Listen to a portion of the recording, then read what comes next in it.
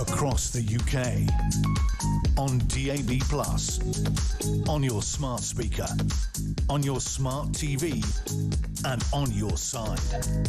This is Talk.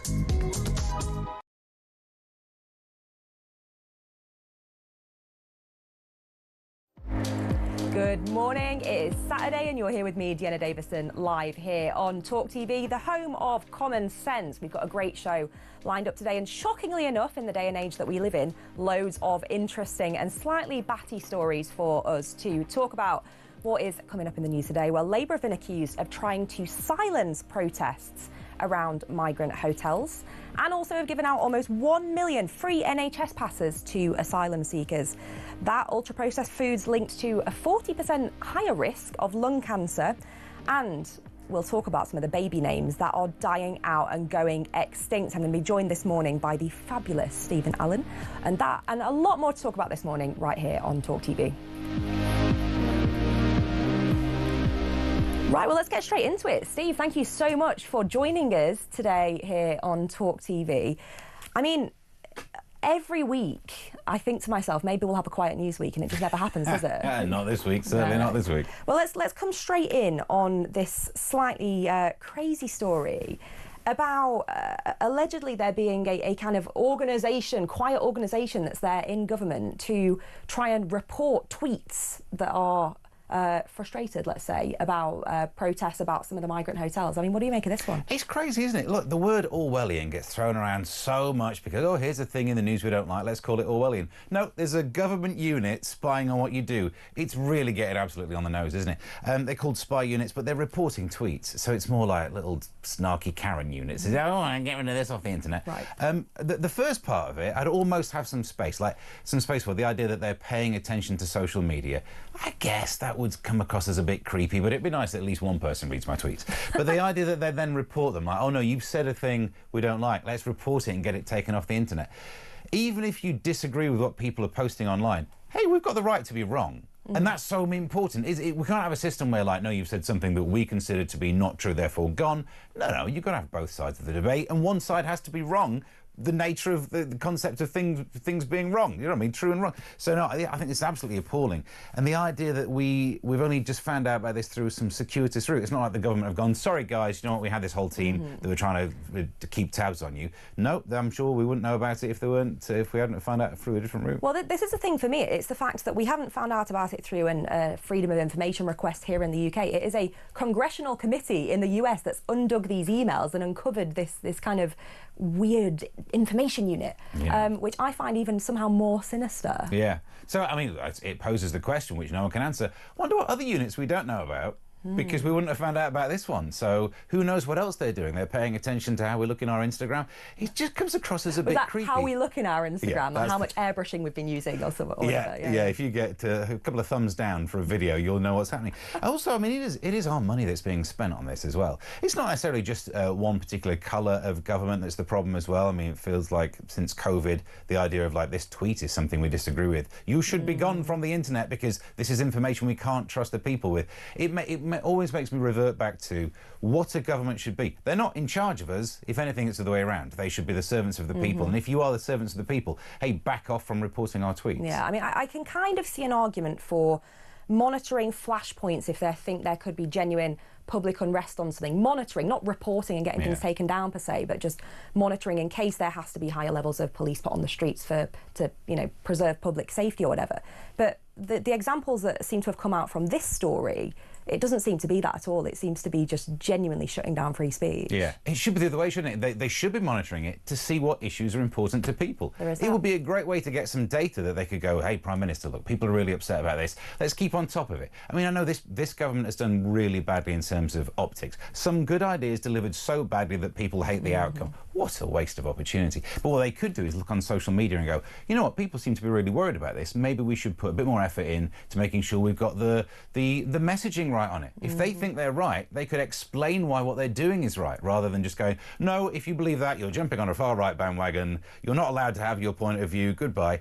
It always boils down to the winning of the argument thing. They think they're so right, they don't need to take part in the argument. But do you think sometimes, and I say this as a former politician, do you think politicians are afraid to kind of dive in and really get stuck in on debates online because of, frankly, the nastiness that a lot of politicians get, regardless of the kind of colour rosette that they wear. Yes, but we're not asking for that in a sense, though. We're not saying get online and get stuck into the debate and have, you know, people sending offensive pictures and emojis to you, which I'm sure that happens a lot. Many. Yeah, well, I only send a few these days. I appreciate how much you've toned them down. Thank you.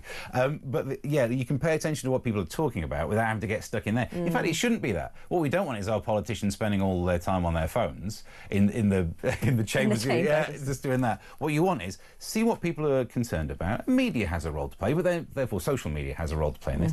And then think, what can we do to deliver better to the people, rather than there's a group of people online who disagree with us. Let's get their tweets taken down. No, that is silencing a voice that disagrees with you. And if you silence the voice that disagrees with you, you'll never learn, you'll never improve. You'll never find out unless your thoughts have been challenged, you'll never become a true believer of your own position. You just hold it kind of like, no, I think this, but if you disagree with me, you're not allowed to say anything. It's ridiculous. So it's truly Orwellian. Finally, we've got there. We finally got a true example of the Orwellian. Well, let's talk about another story that has kind of come out today. I think this was reported in the Telegraph, that almost 1 million asylum seekers have been given these NHS free passes, as they're being dubbed, effectively certificates that mean that you can get free prescriptions, eye tests, dental checks, etc. What do you make of this one? For some of them, like the dental stuff and the prescriptions, it's like they're an honorary Scottish person. Because they seem to get all these free ones, don't they? That's the dream, that at some point I'd love to get this. I really don't understand it, because surely they must know how bad this is going to look. This is going to play badly. Even if you're a true believer of some left-wing position about caring and helping refugees, no one in their ideology goes, for the love of all that is good, give these people wigs. That's one of the things they can get free, is wigs. That's not the care that you would think you need to give to genuine refugees. So I don't understand why they do this at all. Surely it's always going to blow up in their face. Contact lenses. I mean, even if it's discount for glasses, but contact lenses. Who's thinking, you know, these people come from a war-torn area, they don't need to have glasses. they should be allowed to have contact lenses. I think when you look at the numbers here as well, I think 59% of all of these HC2 certificates, 59% have not gone to kind of resident Brits, 59% have gone to asylum seekers. And I think for a lot of people at home who feel they should be eligible and perhaps haven't quite met the criteria, that must feel like a kick in the teeth. Yeah, I think the problem as well is the way in which it's administered. So basically, if you turn up and you're given some forms to apply for your migration status, you're given the HC2 certificate as well to fill in. And you're not, if you're just a Brit who's fallen on hard times, you need to work that out yourself, and you need to try and apply for it. A lot of that is the problem, the steamrolling of, as soon as you're in the system, you will then be given all the forms to get all the things that you could be entitled to. So you're going to end up being overrepresented. But honestly, I just don't understand. I don't see why there is any belief that this would be something that is, you know, the right thing to do. You've got people on the right side, on the right-wing side of the argument, would be thinking this is a waste of money. But on the left-wing side of it, I don't get it. It doesn't fit for me. The idea of giving someone like shelter and food, fair enough, but someone thinking these people really need wigs, it seems like they must realise they're becoming a parody of themselves, and this will be the thing that gets your system, even if you believe in it, shut down. I mean, I would assume the wigs are if it's someone who's going through chemotherapy rather than just rocking up and deciding to be blonde tomorrow. I don't know, if you're giving out contact lenses, that feels quite well, I was a contact lens wearer myself. I don't wish to besmirch people, but that's a vanity thing in comparison to glasses, isn't it? Yeah, that I can fully agree with. I mean, also, I think one of the difficulties with this story, it's not just the kind of perceived unfairness, it's also how much must that be costing in general, because I don't think the actual costs have come out of this Freedom of Information request. Yeah, and then who pays for it? Well, the people who are getting upset by these stories. And this reverts to my earlier point from the earlier story. See what people are upset by. If this is something that upsets people in the nation, it's worth paying attention to it. I always like to look at like the definition. People throw around the word populist a lot. It's an insult, and rightly so. That's what the word should be used as. But the first part of it is these are genuine concerns of the people, and the second part is we found the con answer, the one to just fob you off with like, oh, we'll solve this for you. But the concerns are still valid. So if it's something that populists are talking about, you should pay attention to it and fix it properly, solve it properly. And this is one of those things. This will upset people, quite rightly, so solve it. What would you do to solve it? not do it. I mean, it's just not. It needs to be a form that you need to then track down in the same way that someone who's fallen on hard times who lives here. More of a level of personal responsibility, effectively. Yeah. No, I think you're right.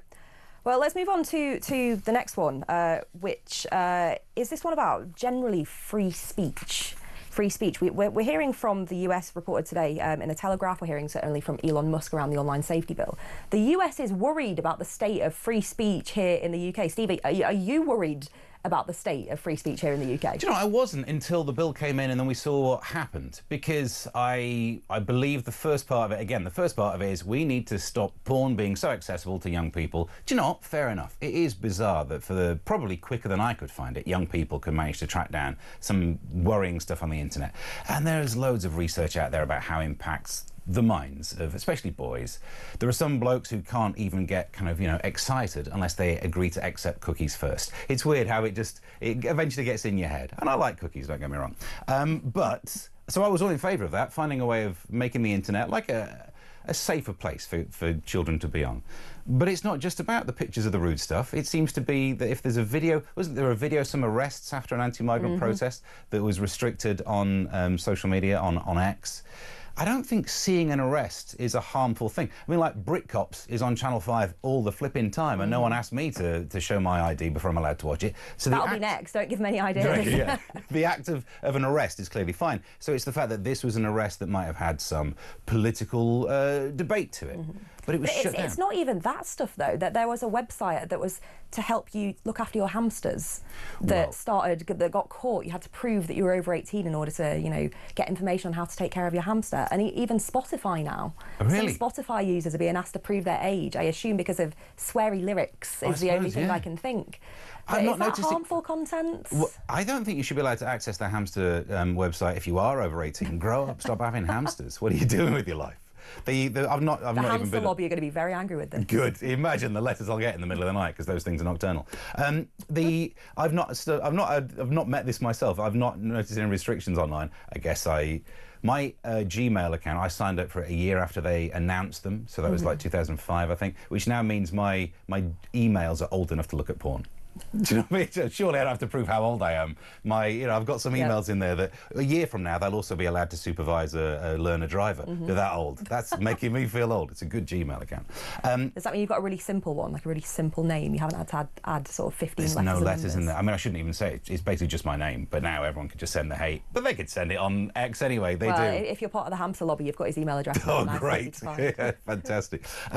But yeah, I worry about the fact that if you're a tech company and you know that if something could be deemed by a government as harmful, you'll get an £18 million fine. But if you do restrict it, no one's going to fine you. You don't get a fine for restricting something that shouldn't be restricted. So they're always going to err on the side of shutting down information, shutting down free speech. It's not even their fault. If I were in charge of something and someone said, would you like to roll the dice on this one and get an £18 million fine, or just blanket ban everything? Of course I would. I'd like to keep my £18 million, please. So that's how this is the quiet chilling effect that this is going to have. So I am worried, yeah.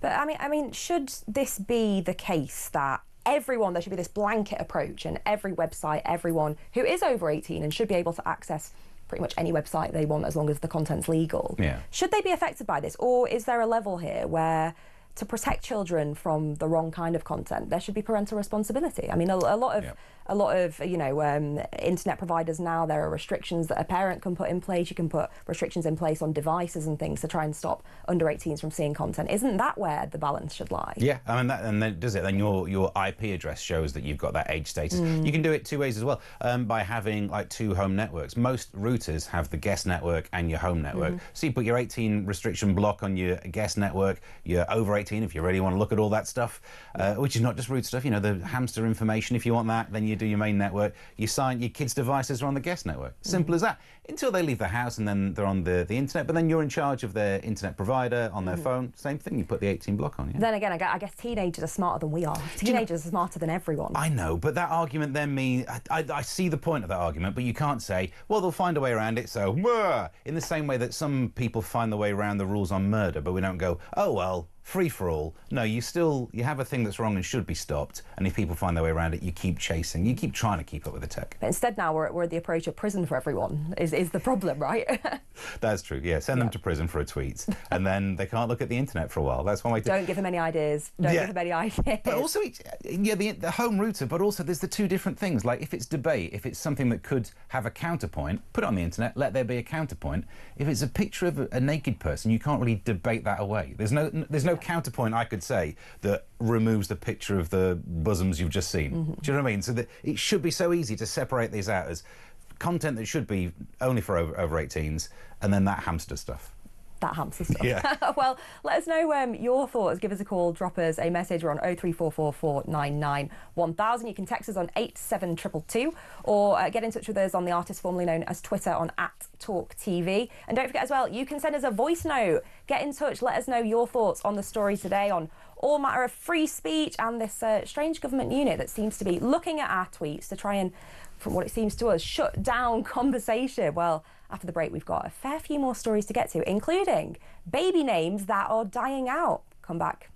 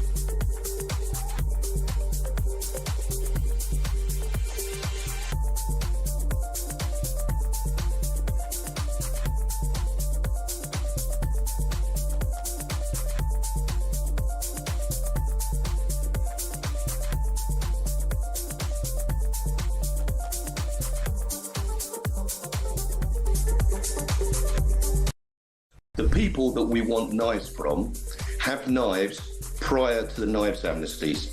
During the knife amnesty, they continue to carry their knives. After the knife amnesty, the people that are still left with the knives are those that we want the knives from. The people that hand it in are normally law-abiding members of the public that might have found a machete in their garage, unlikely to get into the hands of one of the gangs I've just told you about. So the circle goes round and round.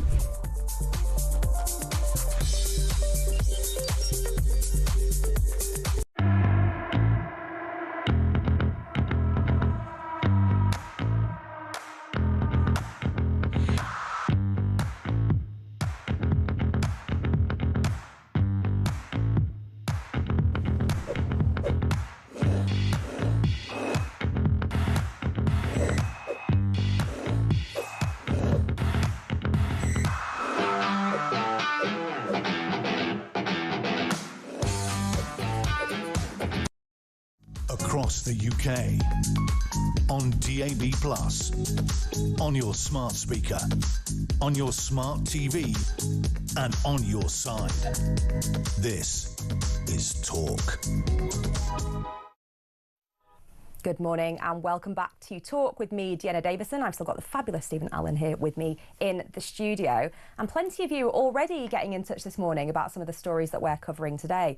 First one being that it's reported that almost 1 million asylum seekers have been granted what are being dubbed free NHS certificates, allowing them to access things like free prescriptions and eye tests. We had a message in here from Mark who reminded me and us that indeed foreign students can also apply for the certificate, so they can also get the same freebies on the NHS. Another message here in from Dean. Morning, Dehenna and Steve. Many throw around the conspiracy theory tag, but since COVID, too many things are happening that are tagged, then strangely are becoming conspiracy fact. And then finally one from Tony. Hi, Dehenna. You should have joined Reform UK. I enjoyed your shows on over on GB News, the rival channel. Good luck in Brazil. Many of us Brits might join you there. The UK is a tinderbox these days. It does feel, doesn't it, Steve, that there is things bubbling right by the surface now. We're seeing it play out with some of the protests now near the asylum hotels. Yeah. I'm surprised that, you've got to pick your words carefully with this, but I'm surprised that this hasn't been another year where these protests have become something more. We all saw what was like. I mean, last year's one could have been weather related. Do you know, because there is that link, isn't there, between good weather and things turning into riots, and same for 2011, when that happened. Because we've got like the rain today and other days when it's been too hot, I wonder if the only thing that's kept the pressure on this powder keg from exploding is just we've not quite had the weather for it yet. That'll be the next conspiracy, though, of the government controlling the weather. Chemtrails, man. Cut that, exactly, exactly.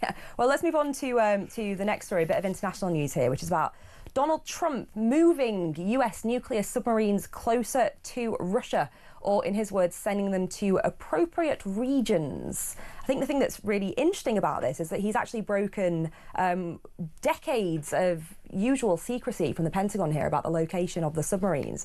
Is this just Trump, you know, with a bit of a power play against Russia, do we think? Possibly. Good is what I'd say, because for ages I was really uncomfortable at how it seemed the pressure was the other way around. When Trump started to get involved in Russia versus Ukraine, it was telling Ukraine off. It was rewriting the history about who invaded whom. So now it's good to see someone standing up to Putin. I mean, yeah, we don't exactly know where the nukes are. It's just saying like, oh, they've been moved generally a bit closer. There's no exact detail, which is probably for the best, otherwise things could really escalate. But it's about time. There needs to be a bit of strength up against Putin. Otherwise, I remember the good old days when you knew who was a baddie. It was the one who invaded another country. And it seemed really worrying that that narrative had started to change. So I like the fact this could be getting us back on the right course. Of course, I say that now. Let's flip forward 3 months and we're all hiding under mattresses because there's been a nuclear war. Then I'll probably take it back. Well, we are... Putin's got, I think he's got, is it less than a week now to respond to the deadline, the hard deadline from Donald Trump about moving towards peace. Otherwise, there will be further sanctions, not just on Russia, but on key allies like China and India as well. I assume Putin is sort of quivering in his boots. Economically, it probably is the way to resolve this. I mean, again, that was another worrying time when all the big flip chart of sanctions came out and Russia wasn't on the list, and it just looked odd. Like, why are we punishing the penguins of the small islands and we're not mentioning Putin? So it's nice that this is coming back in. Yeah, if you're that good with your tariffs, if you're that good with your import taxes, use them against Russia some more. Well, let's move on to this second story, which... certainly piqued my interest today. Prince Andrew back in the news, not directly, but the former US Attorney, Gloria Allred, she's representing a number of victims of Jeffrey Epstein, and she's demanding that the Duke of York testifies in front of US lawmakers. She said, and I quote, "He can volunteer to testify. His silence is a statement that he's not willing to help." I mean, I can't imagine there's a high likelihood that Prince Andrew would voluntarily testify. Not again. I mean, this is like, he thought it was a good idea to go on Newsnight and be like, I'll take on Mateless, why not? And that went well, didn't it? Although apparently as he left that interview, he did say like, that went well. He thought that was an absolute home run. Allegedly so. Yeah, awkward. So the odds of him going and saying, do you know what?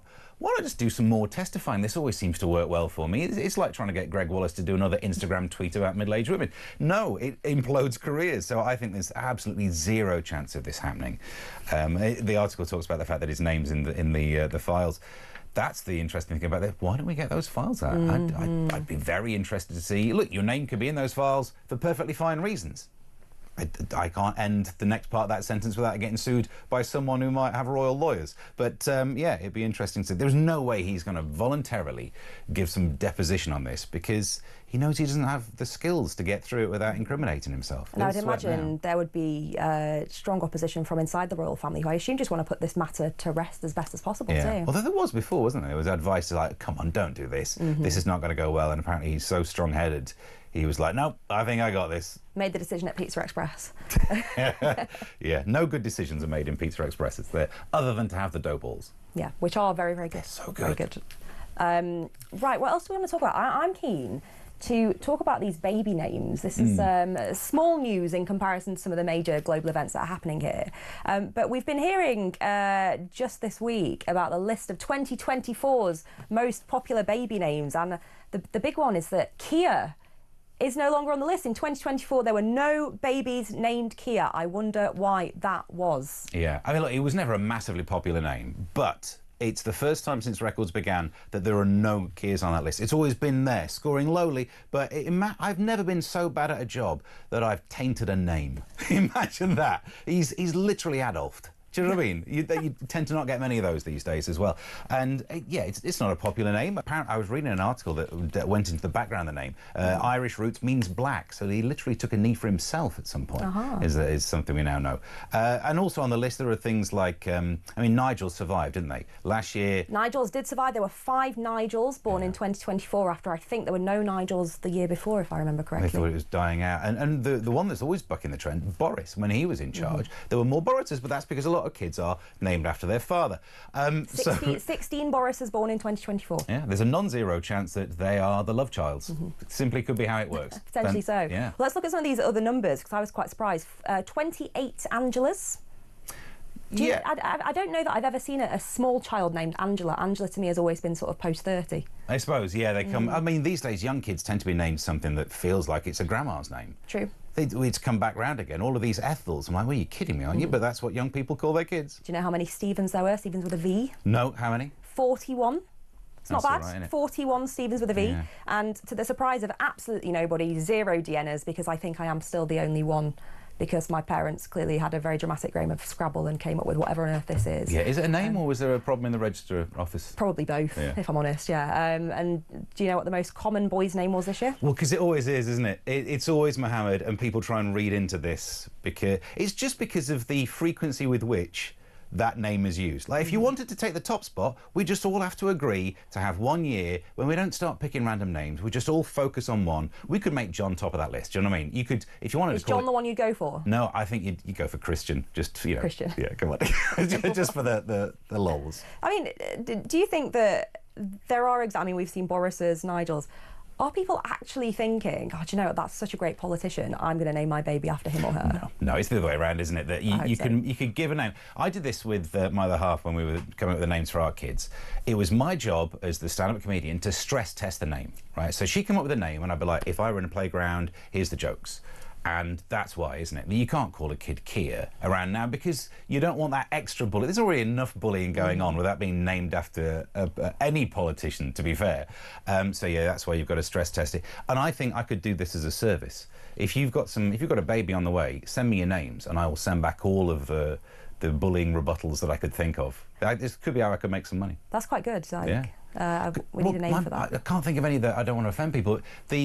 Well, the best one, my missus, when we had a daughter, she said, should we call it Ophelia? And I'm like, you do know the joke of, like, Ophelia Bottom would be you can't have a name that is literally half of the sentence like that. But some parents do. Some parents do. I had, you know, we had the famous Neville. Well, there was a girl I was at uni with, I won't name her in case she is tuned in, but who had, her surname was a first name and they doubled it. Which also became a double palindrome, which I thought was quite fabulous, actually. Okay. But also... Yeah, hell at school. You've got to help the kids out. Come on, give them a name that don't help out the bullies. If your name rhymes with the swear word, get rid of it. Simple as that. And similarly, if your surname is Hunt, be very, very, very careful with whatever you go for. I mean, what do you think that the current sort of baby name trends say about British culture today? Because it feels like there is a bit of a move away from some of the kind of classical names towards things that are a bit more unique, says me, which I have to be quite cautious. Yeah. I think a lot of it comes from that weird phase when celebrities thought, oh, we will name our kids weird stuff. And then since then, we always do this. Normal society tries to copy what rich celebs get.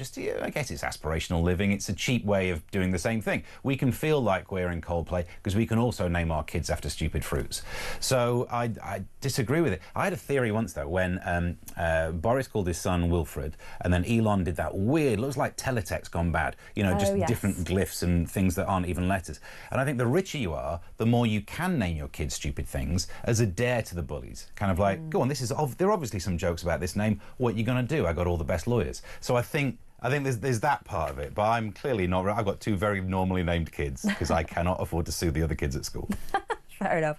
Well, let us know, what do you think? Would you be naming your child after Keir Starmer? Would you be going for Keir, Boris, Nigel, Angela? Let us know what you think about the latest list of baby names, whether these dad names are dying out for the right or for the wrong reasons.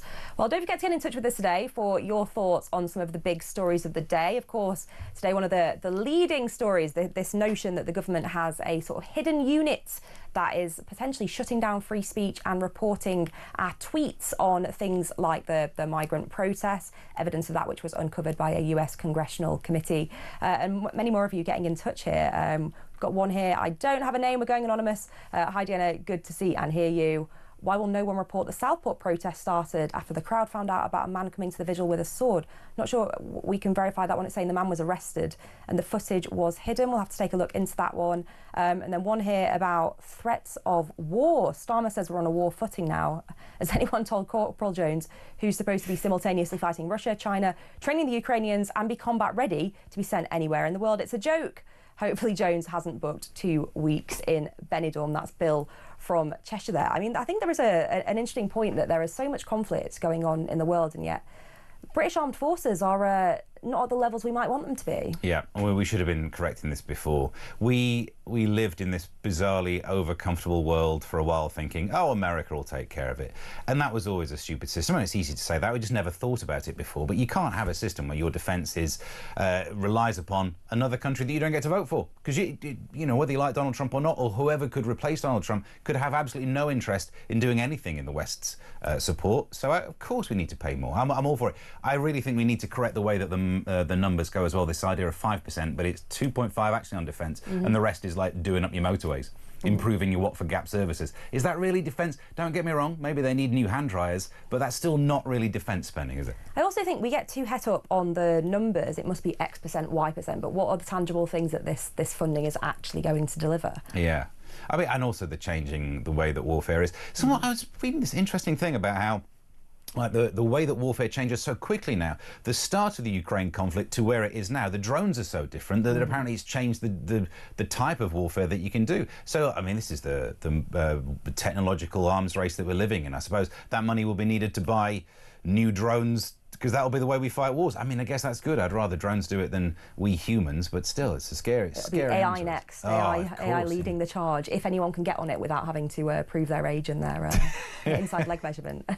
Well, don't forget to get in touch with us. Let us know your thoughts. We're here on Talk on 0344499 1000, and you can text us starting with the word talk and your message to 87222. Many more stories to come after the break, but we want to hear from you on these issues about free speech. Is the government trying to shut down free speech when we're trying to tweet about things like protests outside migrant hotels?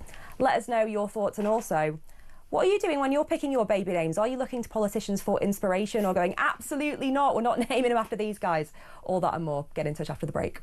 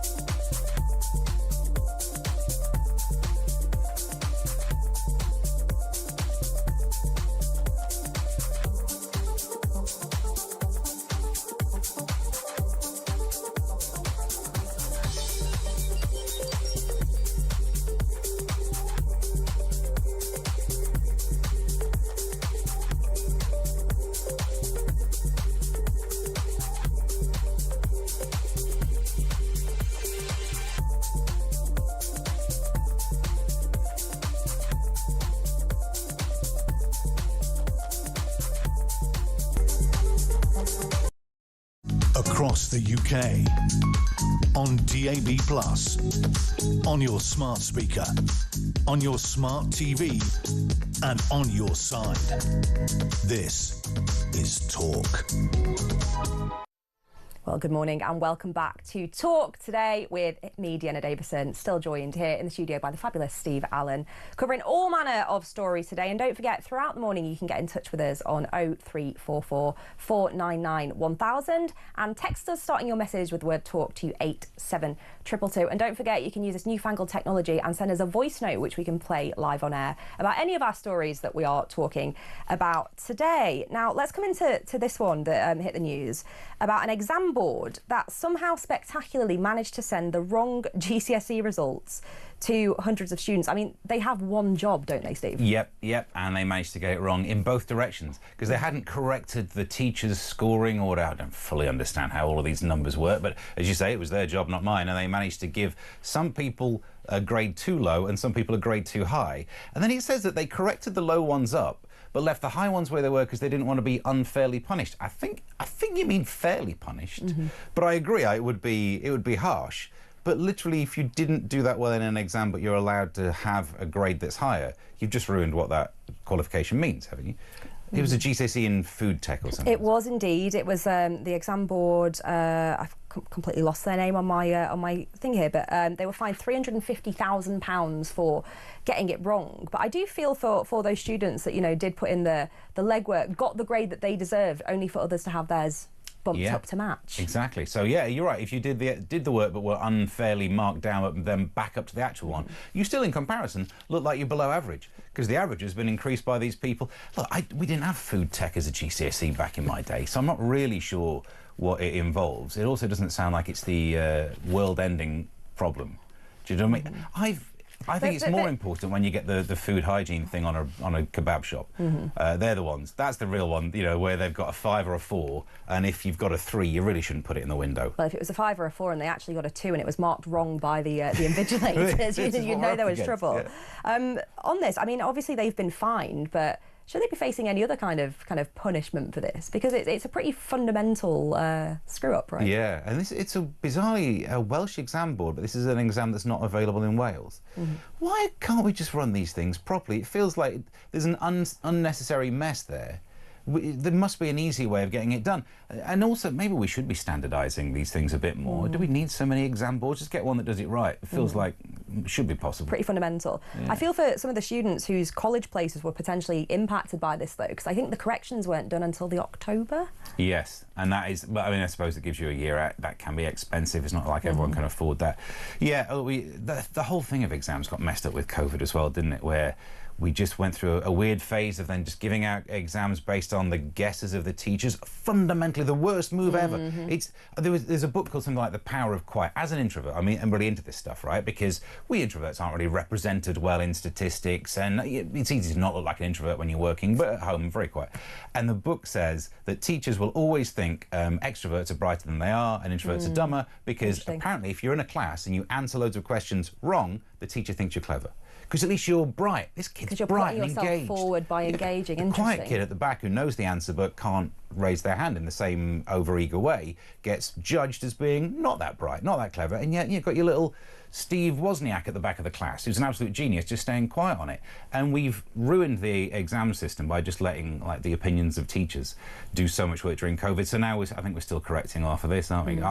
It was the results of the teachers that were incorrectly normalised is probably the word. Annualised. Standardised, I think, is the formal word. And also, teachers are obviously incentivised to get good results. So if you're marking your own, surely there'd be, whether deliberate or otherwise, a sort of bias up. Yeah. To try and make your class look brighter. And my kids aren't in this age yet, but I've heard that when your kids do get to this age, you have to buy gifts for all the teachers these days. Again, this didn't happen in my day. Interesting. That's bribery, isn't it? But I'm sorry, you get some sort of gift voucher for a teacher. You're thinking, well, if ever, you know, when the teacher's assessment comes around, I'm hoping for a slightly better one. Well, then again, I'm probably not going to send gifts. My kids will suffer on this. But a lot of the gifts that are sent, I think, tend to be sort of food related. So let's talk about a food story, shall we? Yes, my favourite. My favourite kind of stories as well, because it's the nanny state gone mad. This is a study finding that apparently there is a 40% higher risk of lung cancer linked to ultra-processed foods like pizzas and burgers, even in non-smokers. And this has led to calls for more regulation on the consumption of processed foods. 40% higher risk of lung cancer for eating a burger. Can't do anything these days, can you? Nothing. What are people doing to get lung cancer with pizza? Are you smoking it? It feels like... It's easy to roll up, I suppose. That's a big one. Yeah, try and get that lit. That's going to be a nightmare. What we've got to struggle with here is if bad foods are as bad as smoking, we change the laws. I mean, you couldn't smoke in restaurants. Are people going to have to stand outside restaurants eating pizzas? Do you know what I mean? There'll be a special place in the garden where they have to go and eat their ultra-processed food. Look, I get the fundamental part of this story is that food should come from farms, not factories. Processed foods are kind of okay because that's just cheeses when you've done like one step to a food. But the stuff we do now to food is bizarre, and of course it's tastier. They are designed specifically to hit that bliss point where you get the right level of fats and the right level of sugars. Someone was telling me the other day, in nature there's only one food that has this bliss point of fats and sugars, because in general you want fats, it's meat, there's no sugar in there. You eat fruit, you get all the sugar, but there's no fat in there. And the only thing in nature that has this is breast milk, which is specifically, well, not specifically designed, but has evolved to be the best way to fatten a thing up. And now we've made this food and we're eating it all our lives. We are fattening ourselves up like we're babies. But can't you just enjoy a pizza? Do you know what I mean? This news just comes along and has to ruin life. I don't think it's news to anyone that pizza is not necessarily a healthy food, particularly, you know, one that's double crust with the cheese and, you know, it's not healthy. I don't go and get a slice of pizza thinking this is going to do my diet the world of good. Yeah. But isn't it our decision? It's our responsibility. And I even get wound up with the traffic light system on food these days, with the sort of red for too much sugar and red for too much fat and salt and whatever. Yeah. I know it's not a good food. Has it not become noise for you? I remember when that came in, but now I must admit I can't think of the last time I looked at a packet and even noticed what the colours were. Probably you're right that my brain just goes, it's not healthy, I'm expecting there's going to be some red on this, I'm not even looking. Yeah, I suppose maybe if I picked up a vegetable and it had some red on it, I'd be like, oh, what's gone wrong here? But yeah, personal responsibility, yes, definitely, but at the same time, we're losing that battle. If personal responsibility and willpower was enough to stop us being big old fatties, then we wouldn't be big old fatties. So I suppose something else needs to be done. Do you think that are people, I don't want to say educated enough and say it in the sort of patronising way, but do you think there is a role for kind of more information, like the food packet information? I find it annoying, but sometimes things surprise you, don't they? Particularly ready meals that can be so high in salt and so high in sugar, even though it's not a sweet food, it's a savoury food. That's really annoying, isn't it? When you're overdoing your sugar and you're not even getting the sugar out of it. Yes. A while ago, one of the ways I've managed to, you know, I'm still carrying a bit of chub, but I've lost some weight by just having one rule: don't drink any calories, because it's wasted. I want a calorie I can chew and really get some enjoyment out of. So yeah, all it means is like no cappuccinos anymore, but I'd rather have that 300 calories in a steak, because that's 300. It's bizarre, isn't it? Like some drinks from coffee shops are as many calories as an actual steak. Why am I drinking it? What a fool. So and maybe that was education when I learned that, and it did change my way. So yeah, I think you're probably right. Do you think there is kind of this move amongst some of the kind of food campaigners, the health food campaigners, effectively going to drive the end of the British takeaway? Maybe. Well, you say that, but I think we'll cling on to it. I hope so. Because we love it so much. We've now reached peak takeaway, where we get the food delivered, you know, by someone who's got no right to work in the UK, straight to our door, because we're so lazy, aren't we? I think if there was a system where we could leave the door on the latch and let these people just bring the burger to our face, we'd probably pay extra for that. We were trying to burn no calories whilst consuming more, aren't we? So it's another COVID thing, the idea that we just realised, why do I even need to leave the house where they can bring me the worst foods straight into my face? Well, the fact that I felt proud of myself the other day because I went to order a kebab and it was a 10-minute delivery, and then I looked and it was only 0.2 miles away, and I said, you know what, I probably should actually go and stretch the legs for this one. And I did, and I was very proud. Yeah, not all heroes wear capes. Anyway. Exactly, yeah. But you know, some of us just crack on, right? One more story that I need to talk about, because it's one of the most bizarre things that I've seen in news recently. Harry Styles has got a new range of products that have just been released and sold out very quickly. Do you know what those products are? I do, thanks to being sent this article, but I wouldn't have known about this otherwise. So Harry Styles has released a range of sex toys which have sold out online. There have been key figures, some celebrities expressing disappointment they have not been able to get their hands on the Harry Styles sex toys, which kind of leads me to think, if a pop star creates any product, is it going to sell out just by default? I guess so. I mean, Kylie, she's now in the wine business. That was an overlap that I didn't see coming. She's also sold bed sheets. She's basically like, you know, you walk in some of those shops and they have those videos of JML who seem to make absolutely every piece of plastic rubbish. Kylie is the JML, but we just don't realise it because she's got the big brand name and stuff. And now Harry Styles, yeah, he's not just this. He's got like makeups and other things in this pleasure range, where it's called Please Yourself, something like that. Yeah, it's not something that had cropped up on my radar.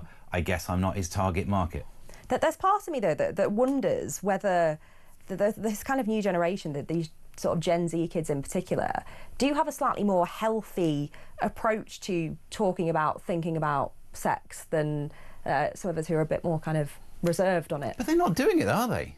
What, doing any sex? Yeah. I've not done the surveys myself, but the stats are saying that they're just not getting into it in the same way. They don't drink as much, they don't do as much sex, they're boring. It's made me... Because they're buying the Harry Styles sex toys, that's why. I mean, I guess it must be that good. But it's also, as we were saying before, about access to porn. It's ruining people's actual need to get out there and find someone to do it with. It makes me grateful to be a Gen X. We had a great time and no one took pictures of it and put it on the internet. Thank heavens. There is that. I think some careers would definitely be over before they started if that were the case. I wouldn't even be allowed in the building if people knew. Well, let us know your thoughts. Would you buy something like a sex toy if your favourite celebrity was putting it out in their latest product range? Get in touch with us here on Talk on 87222, starting your message with the word talk, or give us a call on 03444 499 1000. Well, there's one more, genuinely more serious story that we really should talk about, and this is the rise, certainly in the past sort of week or so, of protests near migrant hotels. We've seen in Epping, for example, and we will be talking to a guest later specifically on the Epping protest. But do you think people really just have had enough? Yeah. And it's like I said earlier, that the government should have a responsibility to listen to the complaints without necessarily worrying about what their answer should be. Don't think, oh, we can't have this information out, or we can't listen to a protest for fear of, as Starmer called it, helping people jump on a far-right bandwagon. No, if people are expressing their concerns, listen to it. For whatever reason you might wish to try and besmirch their motives. I saw someone carrying a banner saying something like, protecting my kids isn't far-right. Yeah, listen to that, because regardless of whether you think this person's right or wrong, that's their motivation. That motivation is true and honest. So I think the government needs to be listening to it. If not, as much as I joked before about it being the weather, I do worry that there's going to be another year of protests, because not being listened to is the year that turns protests into riots, isn't it? That's the fact. If we're listened to, we could solve it. That's what I was going to ask. I mean, do you think this is going to escalate? Because at the minute, it doesn't feel like there is much listening happening from government. Yeah. It's bizarre. I reckon you could have no escalation if there were signs of listening and yet not much solution. It's a hard one to solve quickly. The best case scenario would need to process people, which takes ages by the looks of it. The backlog, you can try and get it down, but even that's going to take a long while. It's not like we've managed to successfully solve any kind of crossing issue, so that's going to take a while. But if there were signs of concerns being listened to, it would stop. This is the same thing you get with Rory Sutherland, who talks about like marketing. If you complain to an organisation and you feel your complaint has been listened to, the problem goes away even if the actual cause doesn't go away. So it's that. Get Rory Sutherland on it. That's what I'd do. There we go. Well, we're going to continue this conversation after the break. So get in touch and let us know your thoughts. I mean, what do you make of the rise in migrant hotels? Have you attended a protest? Will you attend a protest? Let us know on 03444 499 1000. You can text us on 87222, starting your message with the word talk. You can get in touch with us on the artist formerly known as X on @talkTV, and of course send us a voice note and let us know your thoughts. We can play that out live on air here on Talk.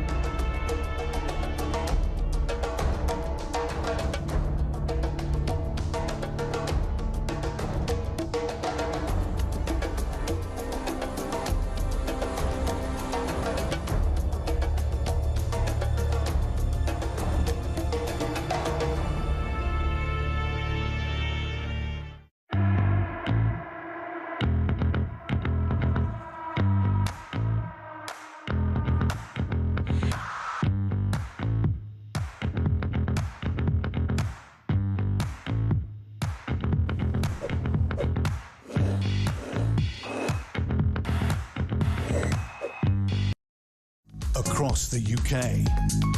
On DAB+, on your smart speaker, on your smart TV, and on your side. This is Talk.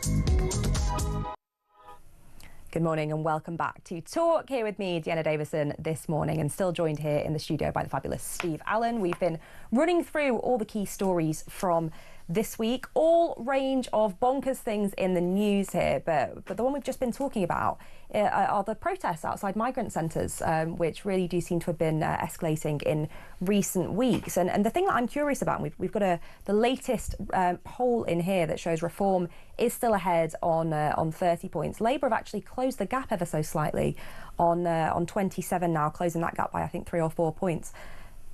Does this show that, I mean, Reform are riding really high in the polls at the moment? Is this, to go back to your point before the break, Steve, because they seem to be listening to the public who are frustrated? And they're willing to talk about these issues that are the key important issues. Yeah, I mean, although they're still in the lead, but by losing a bit of ground there, it's interesting that they've managed to do that. And Labour, I'm surprised that slight uptick. I'm not quite sure where that's come from, because there's not been a lot of good news recently. It's not like, I know we had the backing down over the winter fuel payments, but I mean, they picked the wrong time of year to do that, didn't they? You do that in the summer and no one's going to notice. It does come down to the core job of politicians is to listen to the concerns of the people. And by doing that, look, it's easy for Reform to do that, because at the moment they don't have to act in any way. They can promise all the things.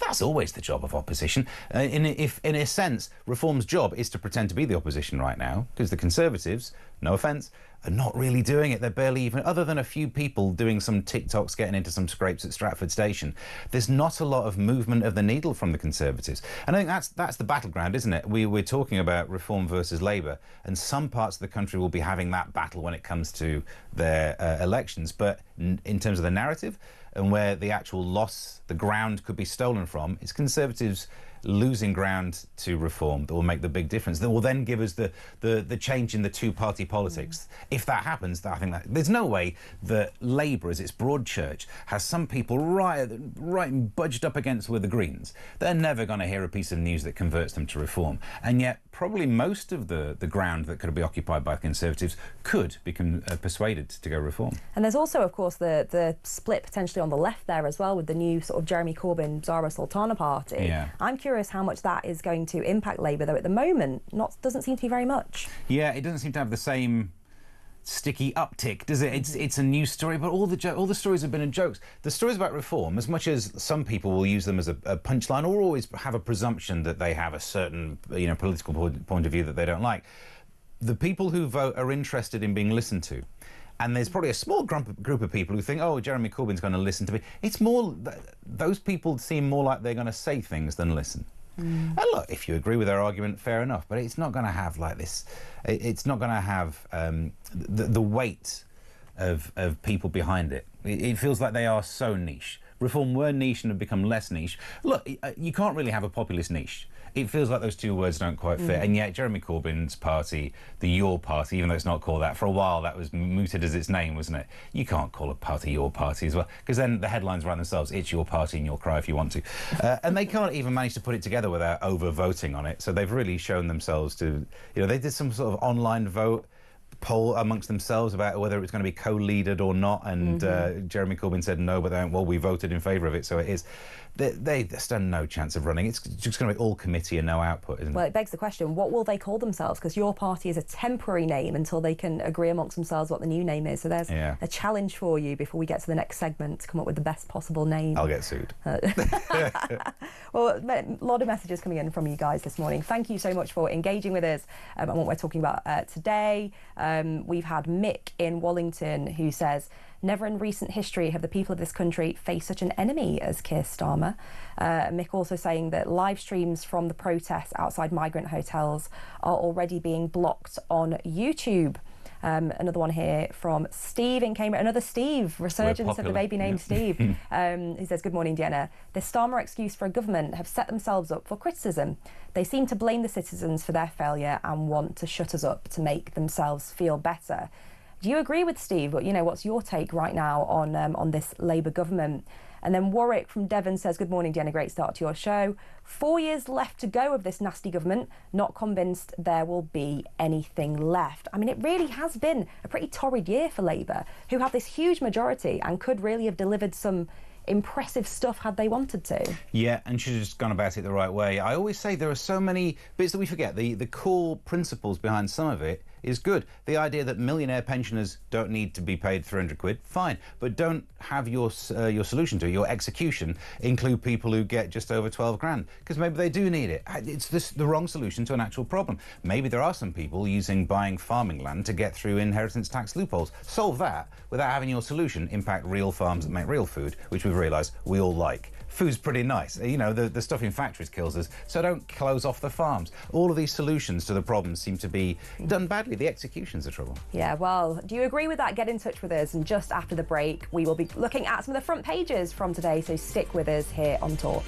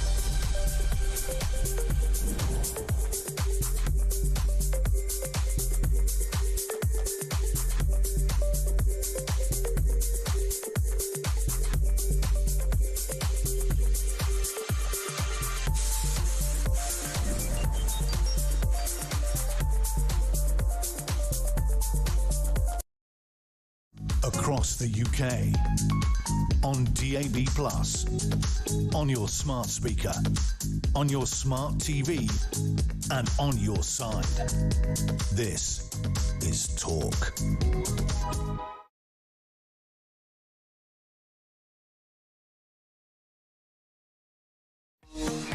Good morning and welcome back to Talk today with me, Dehenna Davison. Still joined in the studio by the fabulous Steve Allen. In a minute, we'll be going through some of the main headlines from the front pages today. And what a week it has been for news, with protests outside migrant hotels, government reporting tweets, is it a lockdown of free speech, and Trump moving nuclear submarines closer to Russia. We've certainly got plenty to talk about. But mainly today, we want to hear from you. We want to hear your thoughts on some of the news of this week. So do get in touch with us on 0344 499 1000. We're going to be taking some of your calls. And don't forget, you can get in touch with us on text. Drop us a message on 87222, starting your message with the word talk. Get in touch on Twitter at talkTV. And, of course, send us a voice note. We want to hear from you. We want to get as many of those out on air this morning as possible. And thank you for joining us at the home of common sense here on Talk. Right then, Steve, plenty to get our teeth into today. So let's start here with this story in the Sun. Have you seen this one about, quote, car crusher, where there was a story about finance for cars, about whether people have been missold the wrong kind of finance. Supreme Court have now ruled that the finance companies are in the right and won't need to pay out compensation. Yeah, other than in really extreme cases. Part of me thinks, oh, that's unfair. I don't want people to be ripped off without getting their money back. But another part of me, if I'm honest, is kind of happy with the way this has gone, because we all remember PPI. Oh, the text. I never would missold PPI or sold PPI. I still get the texts. Really? Yes. Even though the deadline's very much past by now. And this would have happened. I mean, already I can't watch a YouTube video without 5 adverts about being missold financy stuff. And I wasn't. I've never had a car on finance, and my life would have been all spam and no upside on this.